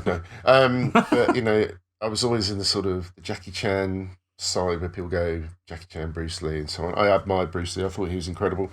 It's probably one of the first conversations we actually had online, Biggie, about Jackie Chan. Yeah. And I just fell in love with Jackie Chan. Grew up with him. He was an incredible actor. He's the daddy. His movies, his backlog of movies are incredible. And I didn't think that sort of action could really be topped because that guy's put himself through hell to entertain the world. He's broken himself. Yeah, so much. So much. You know, I hope that guy somehow lives to enjoy his retirement. But absolutely. When The Raid turned up, I mean, I didn't know what to expect, really. I didn't know anything about the actor. I didn't know anything about the directors. It just sort of came up on my radar. Somebody said, you should watch this. And it's an Indonesian action thriller. It came out in 2011. Yep. Directed by a Welsh guy, Gareth Evans. Which really threw me as well, because it seems like such an odd combination. That, it's a Welshman doing it in Indonesia. Yeah. But it's based on the martial art of silat, practiced in Indonesia. And it stars a guy called Iko Uwais. I'm not quite sure if I pronounced that right. I think you did. He is just incredible. The film basically is centered on him. He's part of an elite squad that have to infiltrate a high-rise building that's run by a drug lord, located in the sort of slums of Jakarta in Indonesia. And as they go in, they get spotted by a scout that works for the drug lord. And so the building just becomes on lockdown, and then basically the elite squad have to survive in this building to obviously save themselves, save any of the residents in there, and hopefully take out the drug lord. It's quite a basic plot. It's been done before in different ways. And weirdly, we were talking about this in the Discord, that the movie Dread came out the unofficial the sequel. same time. They have like the same kind of exactly the same plot. It's so strange. Yeah. I think The Raid came out first, didn't it? But they were they're obviously being made at the same time. time. Yeah, so it was just such a weird. It's very like Armageddon and Deep Impact. Yeah. It's very video game like type, isn't it? Like moving from one level to one level to the next, like meeting different. They kind of do meet different bosses as they go up, don't they? Like they get up. The famous IGN review where it states that The Raid is the best video game movie of all time. That's not based on a video game. I mean, you can see it though. You can see where like that influence comes from. Kind of like he levels up as well. You know what I mean? He gets stronger. You just cannot explain just the action of this movie. You cannot. It's just incredible. I cannot believe what they pull off in this movie. The choreography is. It's just insane. Some of the moves, some of the hits, you just look at it, you just think there's just no way that didn't hurt somebody. It's just incredible what they've pulled off. The film broke a record for the most plastique used, you know, because when they fire guns, they're obviously little timed explosions that they have on set, and it broke the record for the most plastique used for bullet holes in any film ever. Which is incredible. A lot of the choreography is sort of inside rooms or corridors, so the environment is really tight. So the moves are so quick and so close, and you feel every punch. It's like kick. ballet sometimes, isn't it? It's such choreographed. But it's so fast as well, and it doesn't.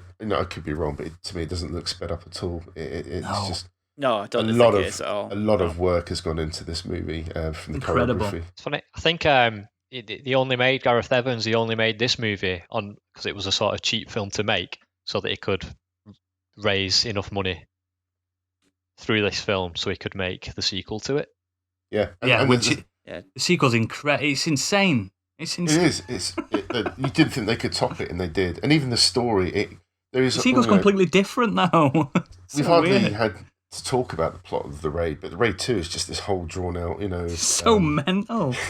Yeah, I mean, you don't need the plot for the first one at all. Not at all. It's a very simple plot, completely fine, but the action just holds everything together so well. Something else that's really good as well, also written and directed by Gareth Evans, was the Sky Atlantic series, Gangs of London. Yeah. Oh, really? I really need to watch that. Yeah, especially the first that. episode.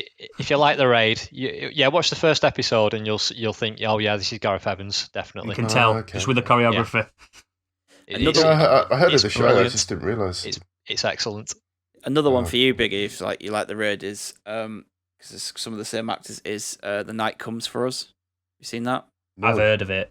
I've not seen it, but I've heard good things. It's brutal. It's bloody. It's the martial arts in it is it's on the the level of The Raid. Not as good, but it's still really that kind of stuff going on. It's really. Do you know how I got told to watch The Raid? Someone said to me, they were like, "Do you know how you really like Old Boy?" I'm like, "Yeah, I love Old Boy."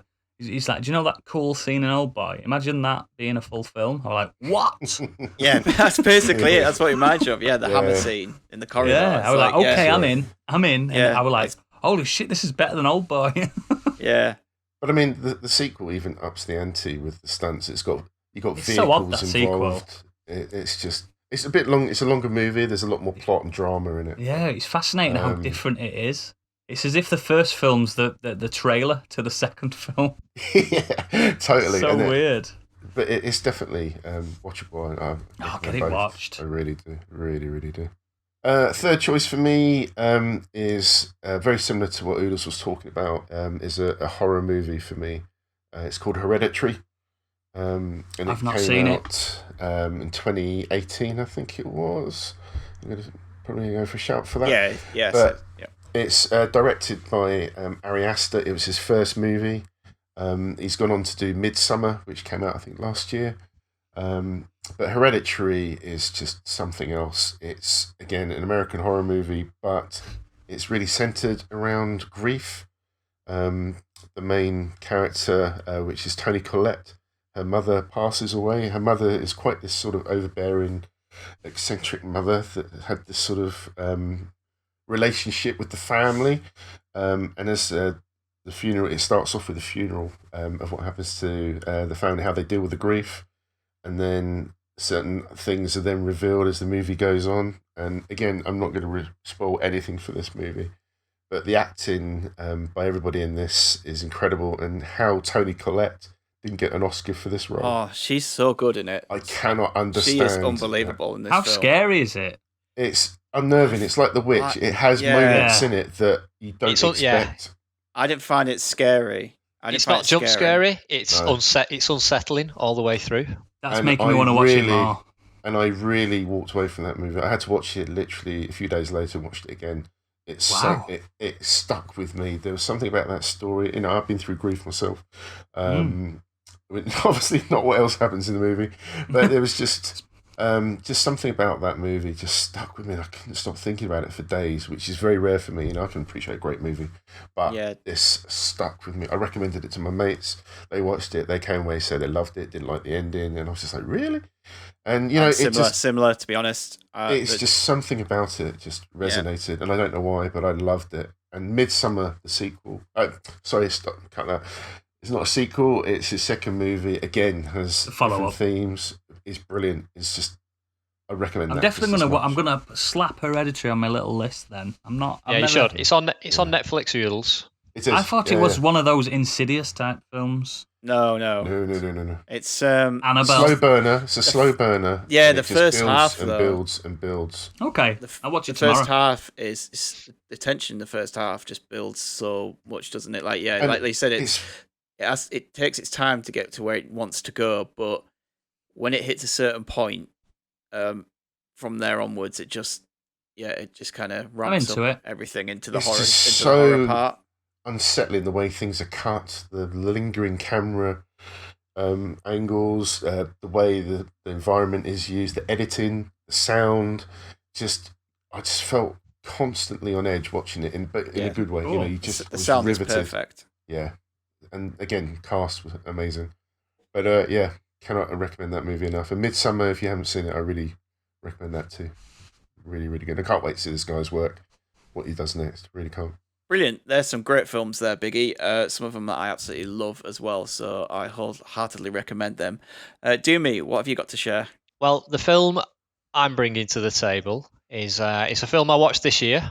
It was released last year, but it actually won the Oscar for Best Picture at this year's Oscars. It's called Star Wars. Parasite. Oh, It's called Parasite. It's a South Korean film by director Bong Joon-ho.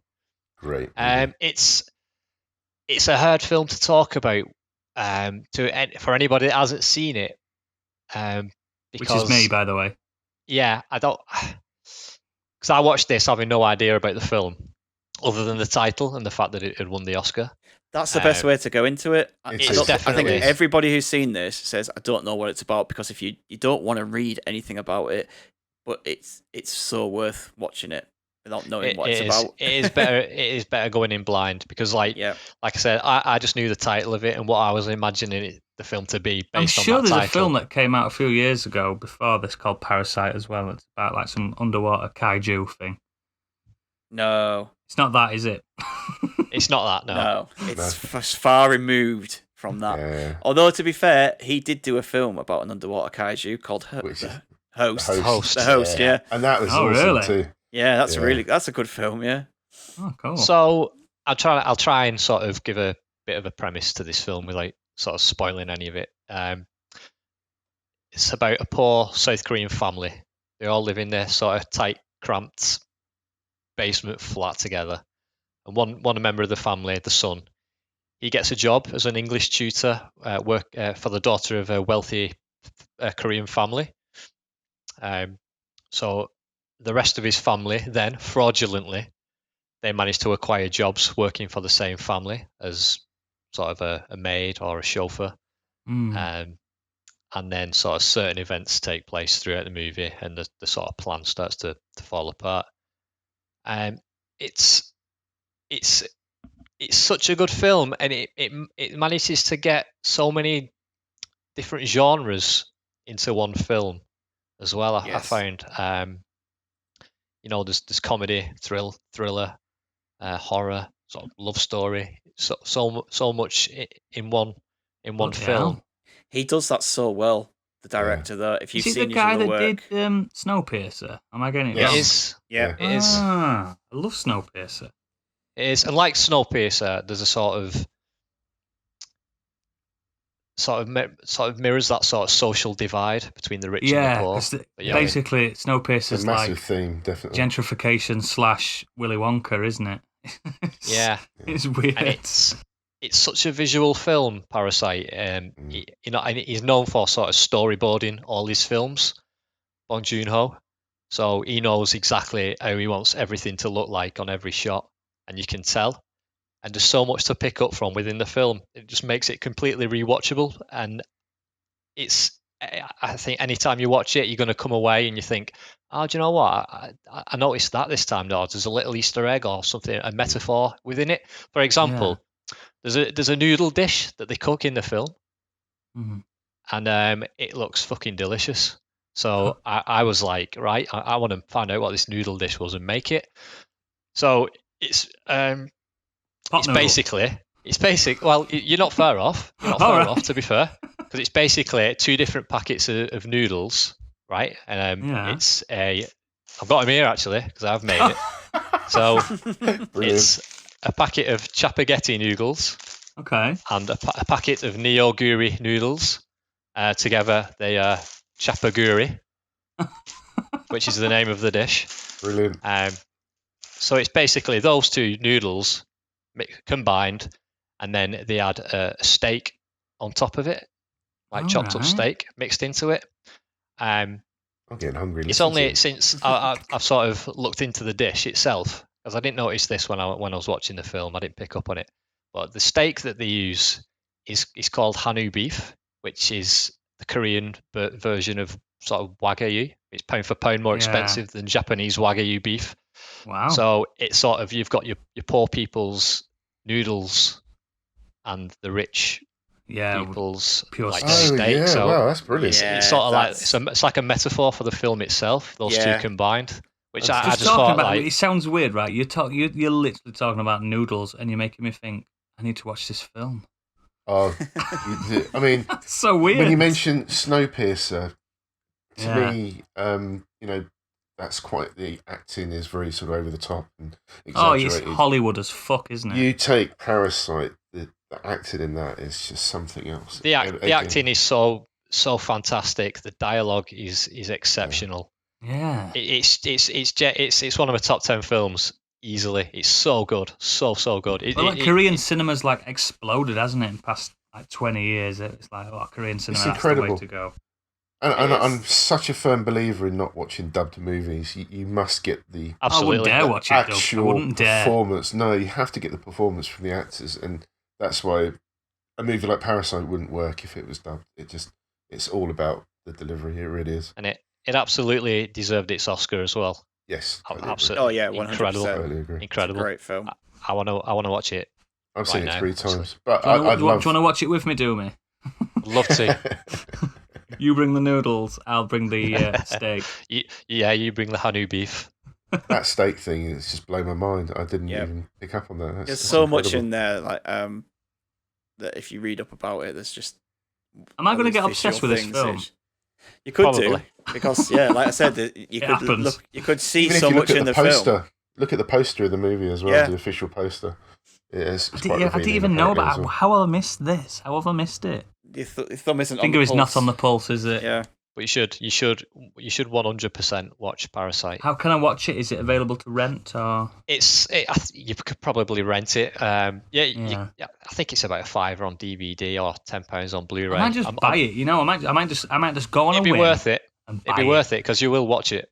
Like you'll get Yeah. your money's worth. Yeah. I I'll bill you if I don't like it, but I know I will. You were.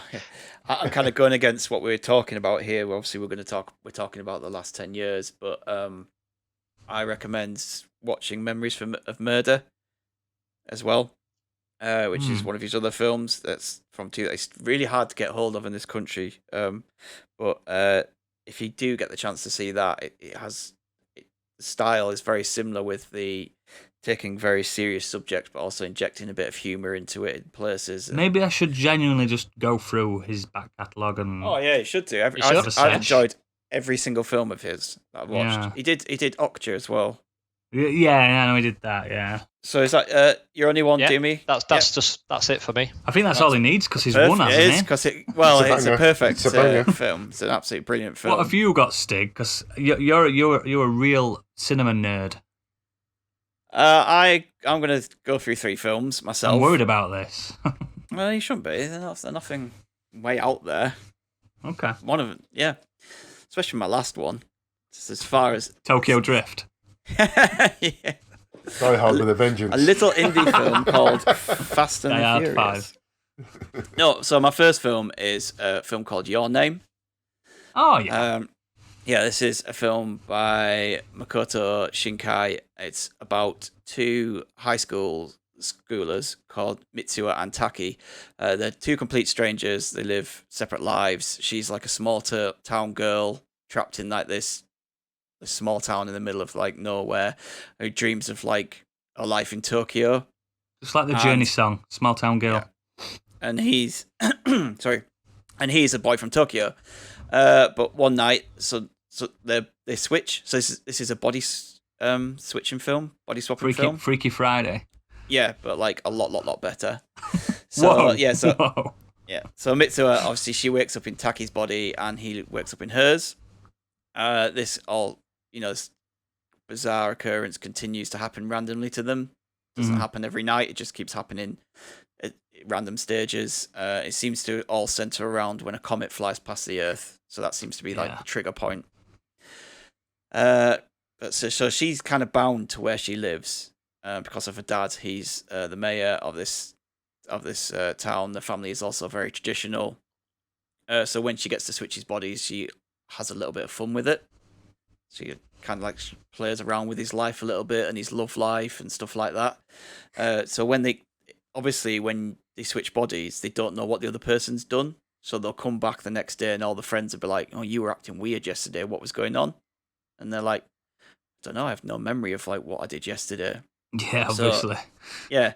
So eventually they figure out how to communicate. They figure out what's going on.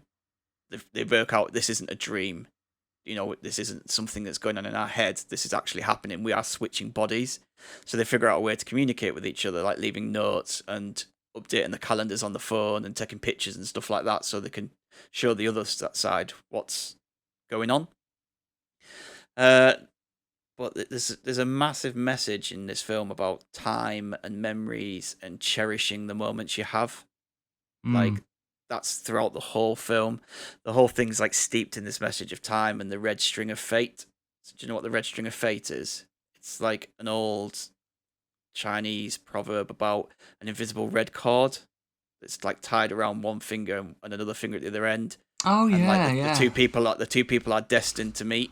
Yeah. Their situation. Regardless. They are their true loves, and this cord will bring them together. Yeah. That cord actually at one point in the film it is actually represented physically as well. There's a moment in the film where the red cord comes into play. But yeah, it's such a unique love story. It's because the characters fall in love and they never actually meet. Yeah, So, you see, I started watching this not so long ago, but I didn't stop because I didn't like it. I stopped because I had to go somewhere, and I just never came back. But when I was pretty engrossed, I think I must have watched about half an hour, and something stopped me from going back. When it just slips your mind. yeah. But Especially when you've been on a Netflix binge and stuff like that. It's like, ooh. Yeah, I think it's still on Netflix, so it's definitely I think you it should is. definitely finish it off. But I just absolutely love this film. I should have started this by saying this is a Japanese animated film. Oh, it looks incredible though. But yeah, it is one of the best looking animated films I've ever seen. But the story, You instantly forget it's a cartoon. Yeah, the characters, the music, it's so enjoyable and emotional. I could run out of descriptive words to use for this, to be honest. It's just Colourful. It's beautiful to look at. There's parts in this film that is so stunning, that really affect you, and it's got like a hypnotic charm to it. It's a film that did bring me to tears twice. Oh, dude. Yeah, and it's something it just has something about it I don't think any live action film could achieve. I don't know what that is. It's just this story between these two people. There's obviously we're not going to spoil anything, but so I can't really say what happens later in the film. But there's a moment later in the film which is just so perfect and pure. Oh wow! I'll definitely finish that off then. Yeah. What's it called? This film? Again. I'm going to add it to my watch list. It's called Your Name. Not called Doomakan. It's actually called Your Name. He's just written that down. Name. He's written Doomakan down. and there's a reason that Your Name. Your Name is again. It's all about that. About the time and cherishing and your memories and stuff like that. It all comes into play about why it's called that. But if you like Studio Ghibli films, this is like up there, top tier. It is top tier storytelling and animation. Usually, anime films tend to be a lot cheaper to make than like big Hollywood blockbusters. But is this is it an independent movie, or I'm not trying to kibosh your suggestion because I don't care either way because I like it regardless. But is it a Studio Ghibli movie? Is it by them? It's not like it isn't a because it's still technically film. Independent. If it is Studio Ghibli, it is independent. Yeah, because it's not Studio Ghibli. No. So Your Name was. Oh, sorry, I'm gonna have to find this out now. Some of these anime films they cost millions, but some of them don't, and it's not always to do with the money. that's thrown at it? Because if it's not just robots smashing each other for 40 minutes, sometimes you can cut corners and spend a lot less. So I cannot find what the budget was. I put it into Google there. 20 It quid. is no, but I don't think it was a lot of money, but it actually grossed. It's Japan's biggest grossing Wow. animated film ever. Wow. Really? Yeah, it Wow. took More than Spirited Away. What about Akira? 25 billion yen, which is Wow. equivalent to $357.9 million. Wow. And that's a recent movie. No, right? that was worldwide. Sorry, that's what it took worldwide. But yeah, it's All right. yeah. Wow, I didn't realise. And we've all slept on it, guys. Yeah. We Yeah. have, Oh, yeah. it's just stunning. It's a masterpiece. It got completely ignored at the Oscars Because it's for a some cartoon, reason. probably. Yeah. No, because Studio Ghibli's and the it's animated true. the animated Oscar, it should have, because it's better than anything that came out that year. Did something like Toy Story win instead? No, I cannot remember what it won. What won Cars 3. but no, God no. Yeah, but it's got a third act and a movie ending sequence, which is one of my favorites ever. Just Cool. It's I'm perfect. definitely into that. yeah, and again, like I would say, with most of these things, as we've already said, watch it in Japanese with the subtitles, Yeah. just because I've seen the English dub and it's not very good. Sometimes English dubs aren't bad, but this was clearly, because it wasn't a massive film when it was originally made. The English dub and the acting isn't very good, but the Japanese is. And also, like the soundtrack is brilliant. Radwimps did the soundtrack for this, and they did everything.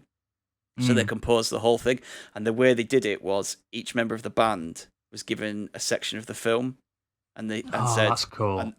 and they said, "You go away and do the odd bit. I'll go away and do my bit. You go away and do that bit," and then they brought it all together, and made it all fit. That's really cool. Yeah, so it's got this really unique soundtrack. But it's not like obviously all completely different. Yeah, Everything no, like really works, and the piano music in it is really beautiful. So yeah, Your Name, definitely check that one out. will do. My second one, which again was criminally ignored, I think, in award season, is a film called You Were Never Really Here. So this is it's a 2018 film directed by Lynn Ramsey and stars Joaquin Phoenix. It's about a traumatized veteran but he's unafraid of violence, and he's now gone into the business of tracking down missing girls for a living. Oh, wow. So yeah, so he takes on a job which kind of starts to spin out of control, and it starts to unveil a conspiracy, starts to uncover, but it kind of leads to a bit of an epiphany with him, like the way what's happening. But this pretty much sits right up there with my favorite films from 2018. Well, it was released in the UK in 2018, but it's one of those films that just drew me in from the get-go. I've seen it on Netflix as well. I've seen it advertised on Netflix. I've seen it there. It's such a stunning opening shot, like wonderful score, like a really hypnotic kind of opening. It really draws you in. It's one of those ones where, again, it's like the directing, editing, cinematography. It's art rather than just calling it good or really great. It's pure art. I do like Joaquin Phoenix as well. I'm big into him. I think he's been on a great run the last few years. Yeah, I think he always has been. Oh, he kind of just went off a bit, didn't he? Yeah. Side projects, but like the last few years, like everything I've seen him in, I've really enjoyed and thought he's been brilliant. Yeah. I really liked him in The Gladiator. I thought He loved him in Gladiator, yeah. Brilliant. understated in that, really. It was all Walk about the Line. He was brilliant in Walk the Line. Brilliant in Signs. Telling you. It was great. Yes. Joker. And this, obviously, winning awards for the Joker and everything. So, but he's not. Again, he is incredible in this. Yeah. It's like it's one of those performances for me where you don't see the actor.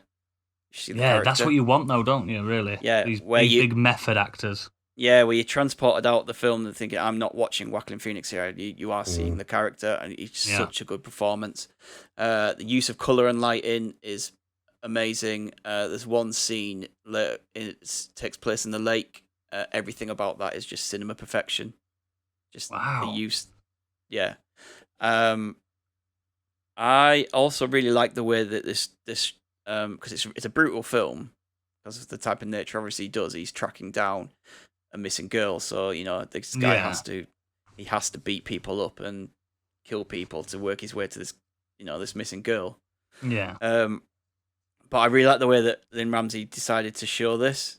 So without like films like John Wick and Taken, they're enjoyable, but they're glorifying showing how that violence is and showing snapping bones and like resting on the bones sticking out of the arm and stuff. Yeah, like that. Those films are one of the enjoyable things about them is watching the violence and watching all the kick-ass action.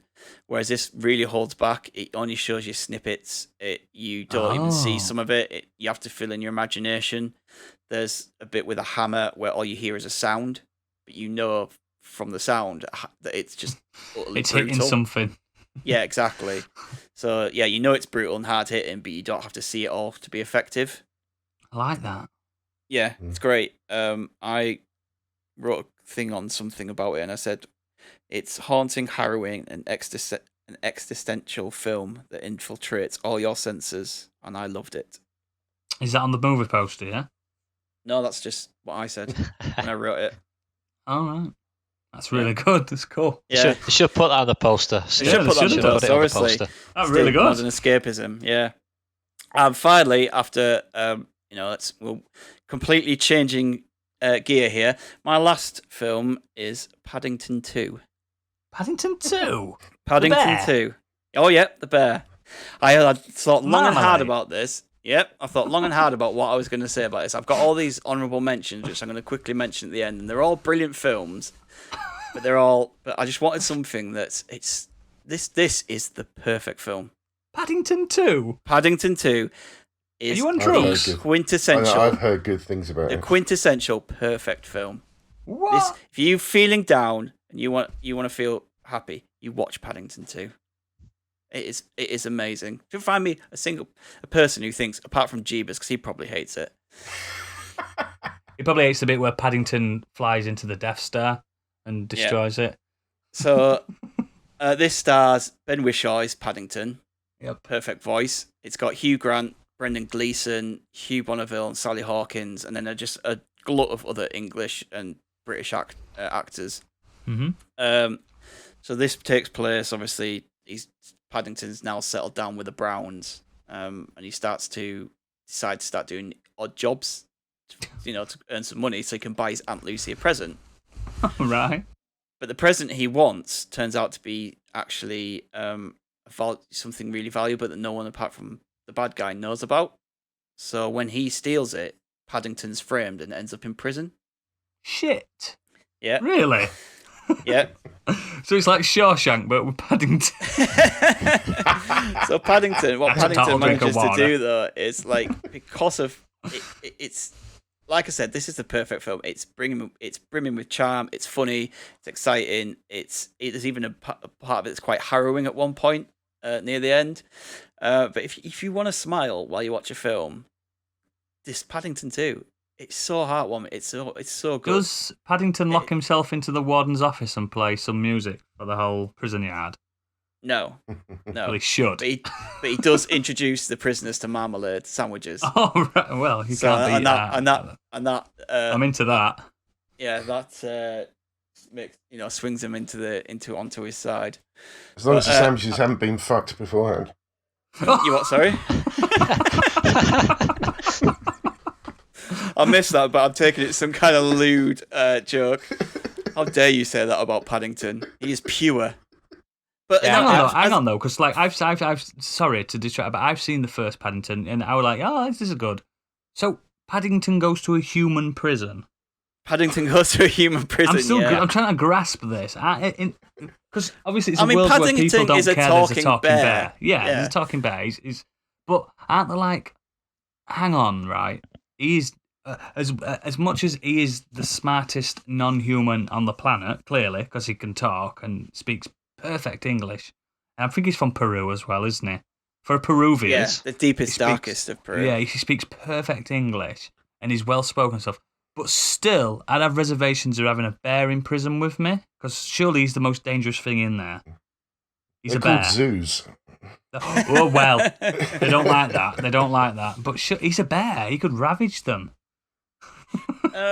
He could do. He's only a tiny bear, though, isn't he? Maybe he does, Oodles. Maybe he does. No spoilers here. That's true. But he says a tiny bear, but do you want to fight a little koala bear? And I know they're not technically bears, but koala bears are only tiny and they could rip your throat off. Yeah. No, it's a kid's film, isn't it? So you've got to take, obviously... It could have been an extended version of it. Prison hard cut. I've seen it many times. It's just one of them films that my son wanted to watch over and over again, and it is good. To be fair, really, it is good. Yeah, it is a decent film. I'll tell you what. Wait till Christmas Day. Watch it with your kids on Christmas Day. They won't watch that. They'll be playing Fortnite upstairs and stuff. They're not like your kids, my kids. They're not quaint. But no, it's just a film. Like everything has a purpose. Like nothing's like wasted. Yeah. Everything has a payoff. I get it. But the prison section of the film is great. The breakout is like such a fun. That's not a spoiler, but it's that's how he gets out of prison. He breaks out, but it's so good. Like the prison breakout, like is really behind good. a poster, yeah, and he crawls through shit for 2 miles. But yeah, Hugh Grant as well is fantastic. Do you know what? Film. I like Hugh Grant. People don't like him. I like him. He's so charismatic as the villain. You can tell he's having an awesome time doing this part. Like you can tell he just rocked up and was like, "I'm Have just you gonna seen have such fun with The this Gentleman? Part. Yeah, it's he's like really that, good in that. Where he's clearly just having like a really good time playing this non-typical Hugh Grant role. Yeah, bumbling, tripping up over some apples. Ooh. But like, I mean, he kind of he does. It's a bit meta in a way because he kind of plays this washed-up actor.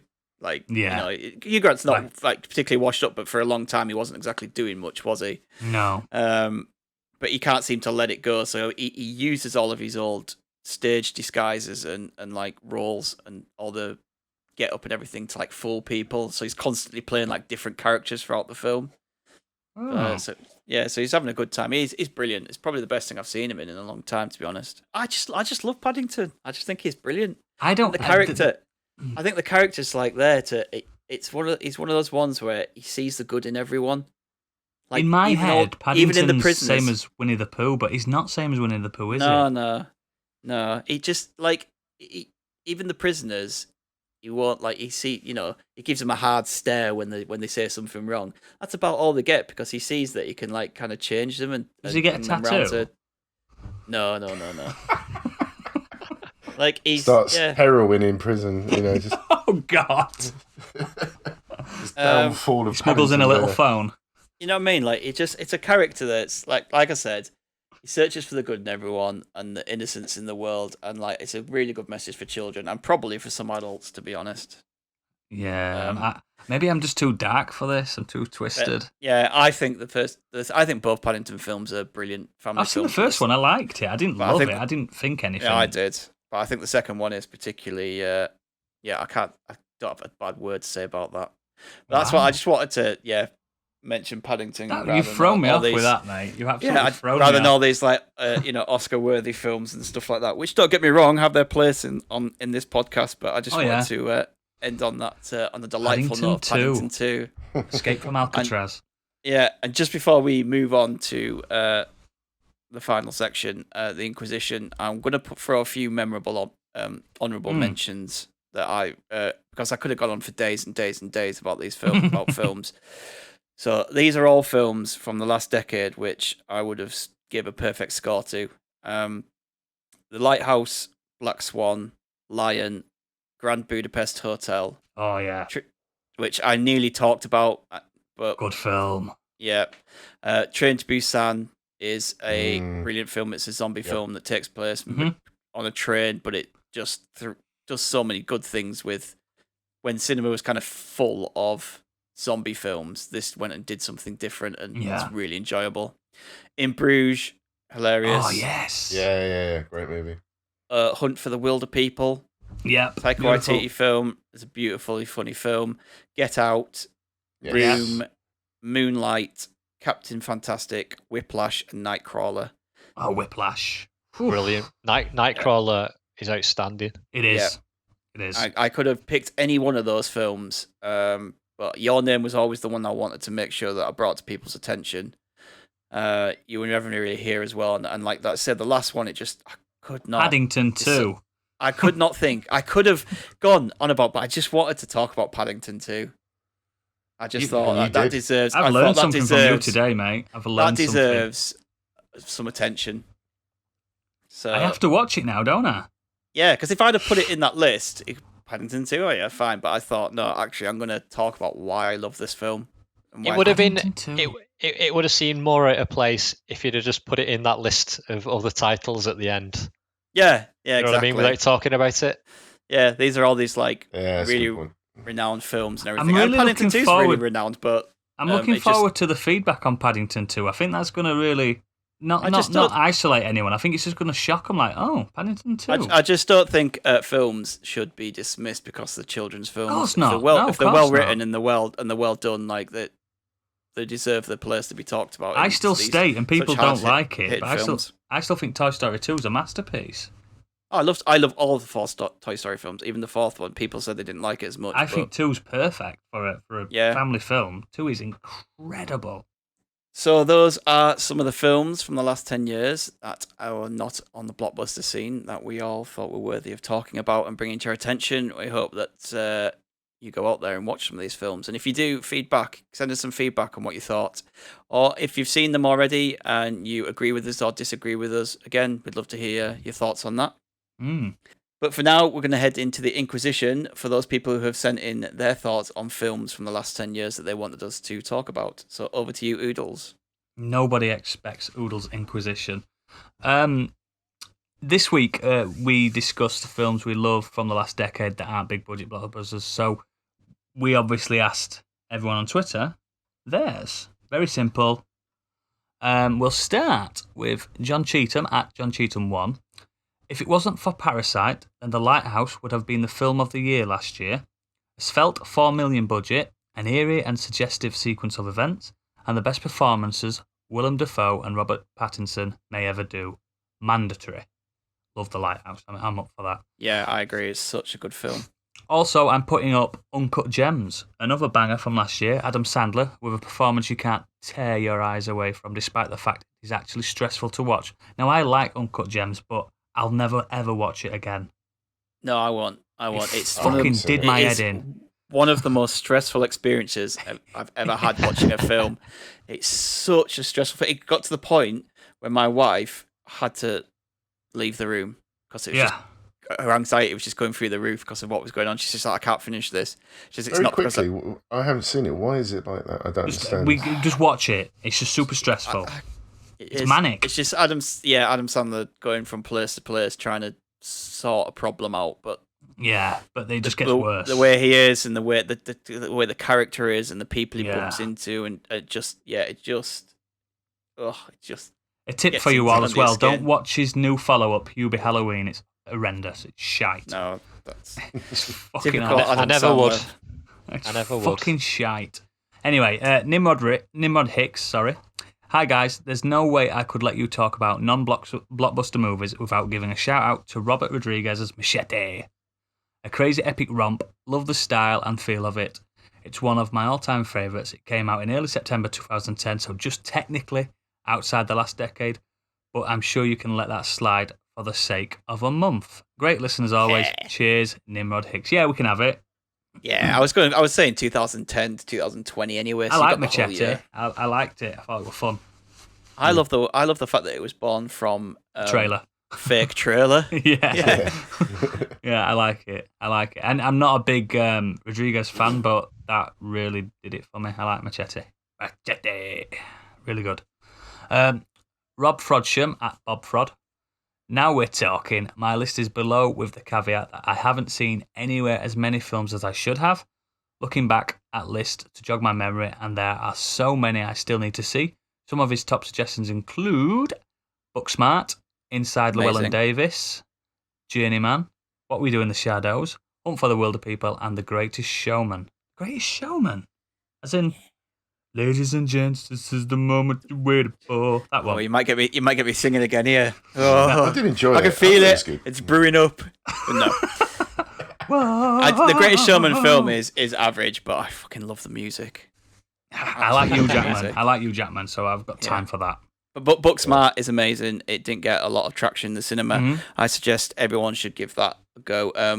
The title that people are saying that it was super bad for girls is absolute bullshit. It's nothing like super bad. Just give it a go. It's such a good, clever film. I've not watched I it. heard good things about that. Next, we've got Pete at Pete Beckett 1.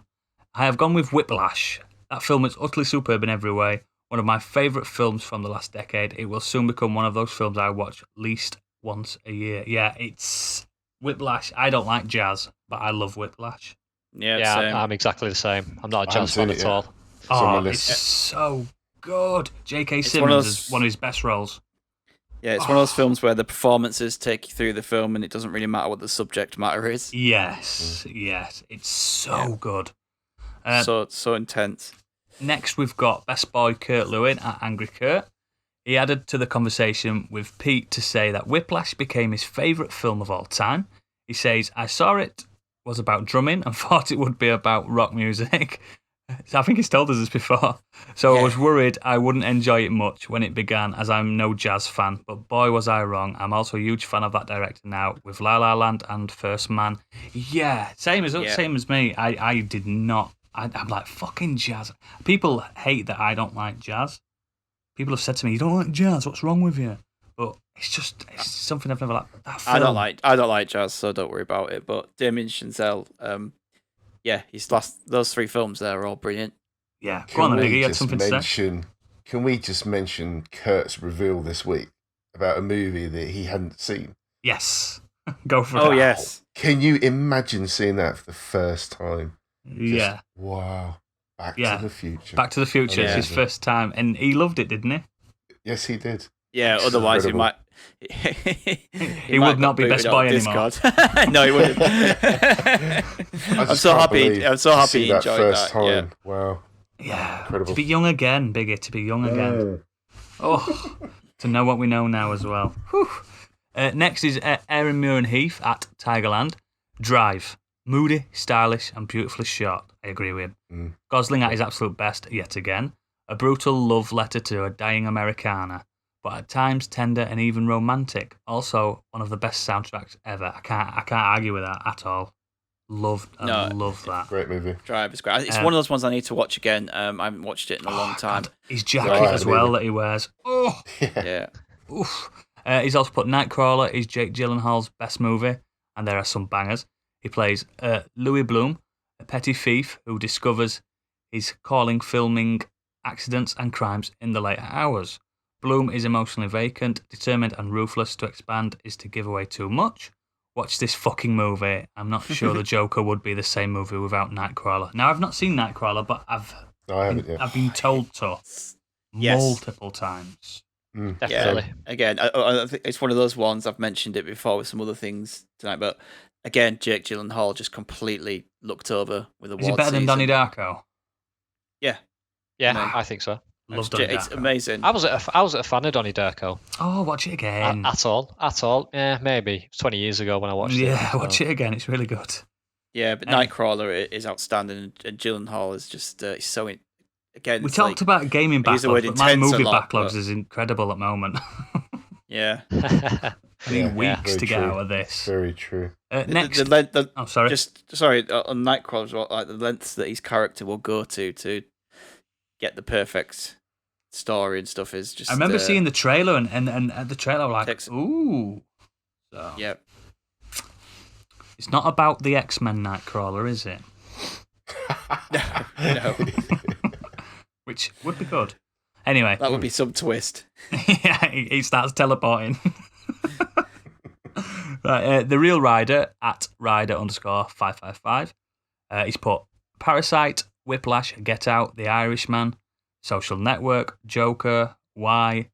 Just fucking watch them if you haven't. That's why. Yeah, after he didn't name a bad film then. No, I think The Irishman probably a big budget film. Yeah, but you could I suppose. Yeah, it's not a blockbuster, I suppose, but it's up there with. Yeah, I liked it. I liked The Irishman. It's a bit too long. Yeah, I should have made it a show rather than a film. Have you all seen Get Out? Yeah. I love Get Out. Did you see Get Out Us? is so good. Yeah. Did you see Us? Yes. The one after. Yeah, I enjoyed them it. both. Again, Yeah. I really enjoyed it. Really Get good. Out is. I just that was one that it was the choice between that, Grand Budapest Hotel and Paddington 2, and obviously Paddington won out. Yeah. But I nearly picked Get Out. as It's well. it's so good. Like, and it has so much to say as well. And there's so many, just like Parasite. There's so many things in that film that if you don't really pay attention, you'll miss it. It's just all these little details about, and it's well worth, once you've seen it, reading up about some of the things like hidden in that film, like little Easter eggs. Definitely. Yeah. Loved it. Yeah, I've seen it twice now, I think. Might watch it again. Best Boy Kurt Lewin at angry_Kurt again comes in with this. The film I've not seen anyone bring up is First Reformed. I've never heard of it. It's Ethan Hawke's best performance, and he should have won awards for it. It's quite bleak, but it's about a priest whose beliefs are challenged by events happening around him and to him. A film like Whiplash I saw on a whim and came out utterly stunned, and I still think about it every so often. It had a profound effect on me. Also, shout out to Nightcrawler, American Animals, and In Bruges. Yeah, all great films. First Reformed. First Reformed is definitely on my watch list. I'd heard great things about Ethan Hawke, so it's sat on my watch list. I'm not a big Ethan Hawke fan, to be honest. But but it's one of those ones that's probably not in a role you've ever seen him do before. So, but the other films you mentioned there were great. American Animals, that really took me by surprise. That's definitely worth watching that. And finally, long-time listener, first-time writer in.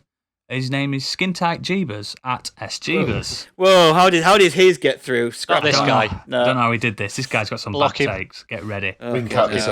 He's put The Handmaiden was absolutely brilliant, wonderfully shot, tense, and keeps you guessing all the way through. If you haven't seen this one, put it on your list. Also, I recommend you should all watch Star Wars, a great saga, and indie films. I mean, I agree, Jeebus. Star Wars is a great saga. But you missed the remit there. You know, it was no blockbusters allowed. Sorry, mate. But I don't know why. Handmaiden is an outstanding film.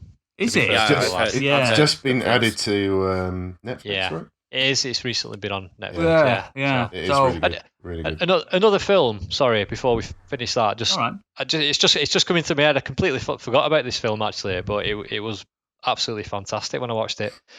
And it's a drama which I don't normally watch, but Manchester by the Sea. Yes. Yeah, it's I've seen it. Sad. That was it is really sad, but it's brilliant. It is really good. Really, really good. So if you get a chance to watch that, definitely give it a So, go. thanks to everyone, especially Jeebus, for recommending Star Wars. Good shout. And really good shout. And that's it for The Inquisition. Thanks, everyone. You're all film nerds, and I love it. And I bet Stig really likes seeing all these films popping up. I do. I absolutely love the fact that so many of these films that I love were mentioned, and so many films on there as well that I have in my watch list that I want to watch.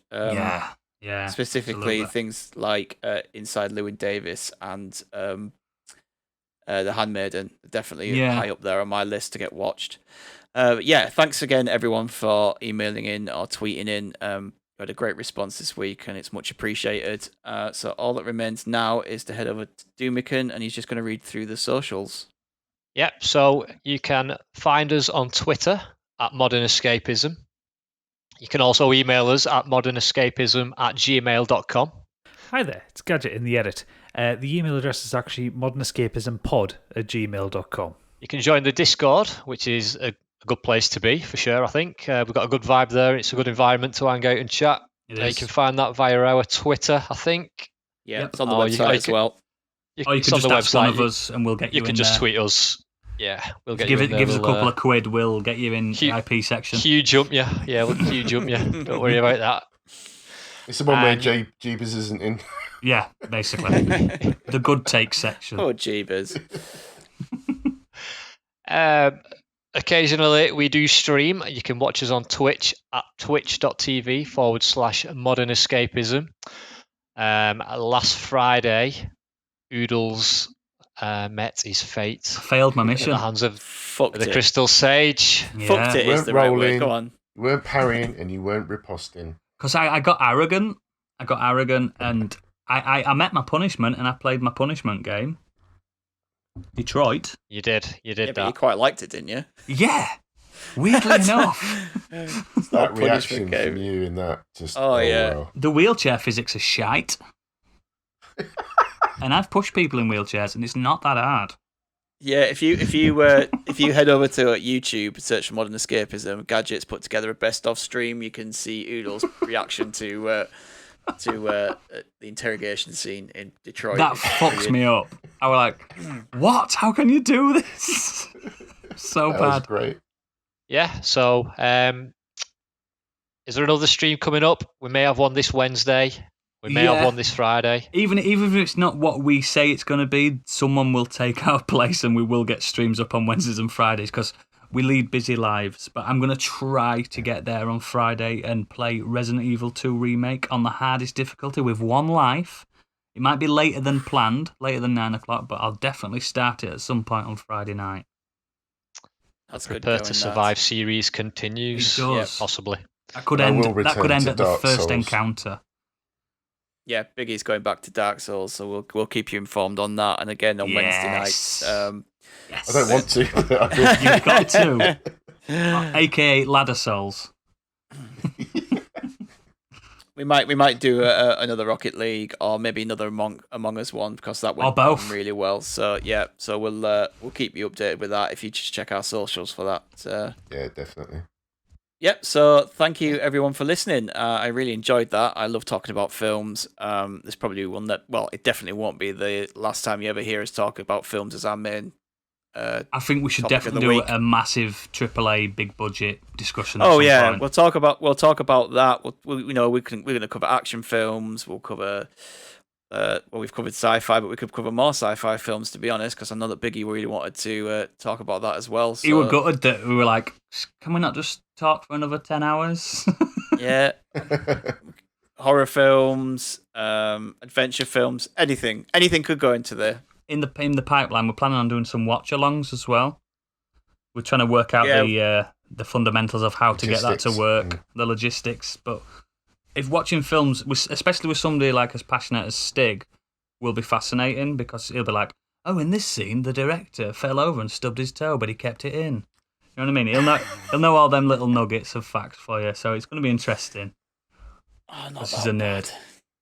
bad. I am a nerd, but we're all nerds, aren't we? No, True that. I'm a Yeah. cool guy. Yeah, okay then.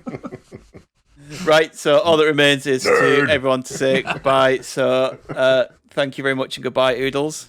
See you later, everybody. Thanks. Goodbye, Biggie. Thank you very much, guys. And goodbye, Deemakin. Thanks for all the recommendations. Good night. And it's thank you from me and goodbye.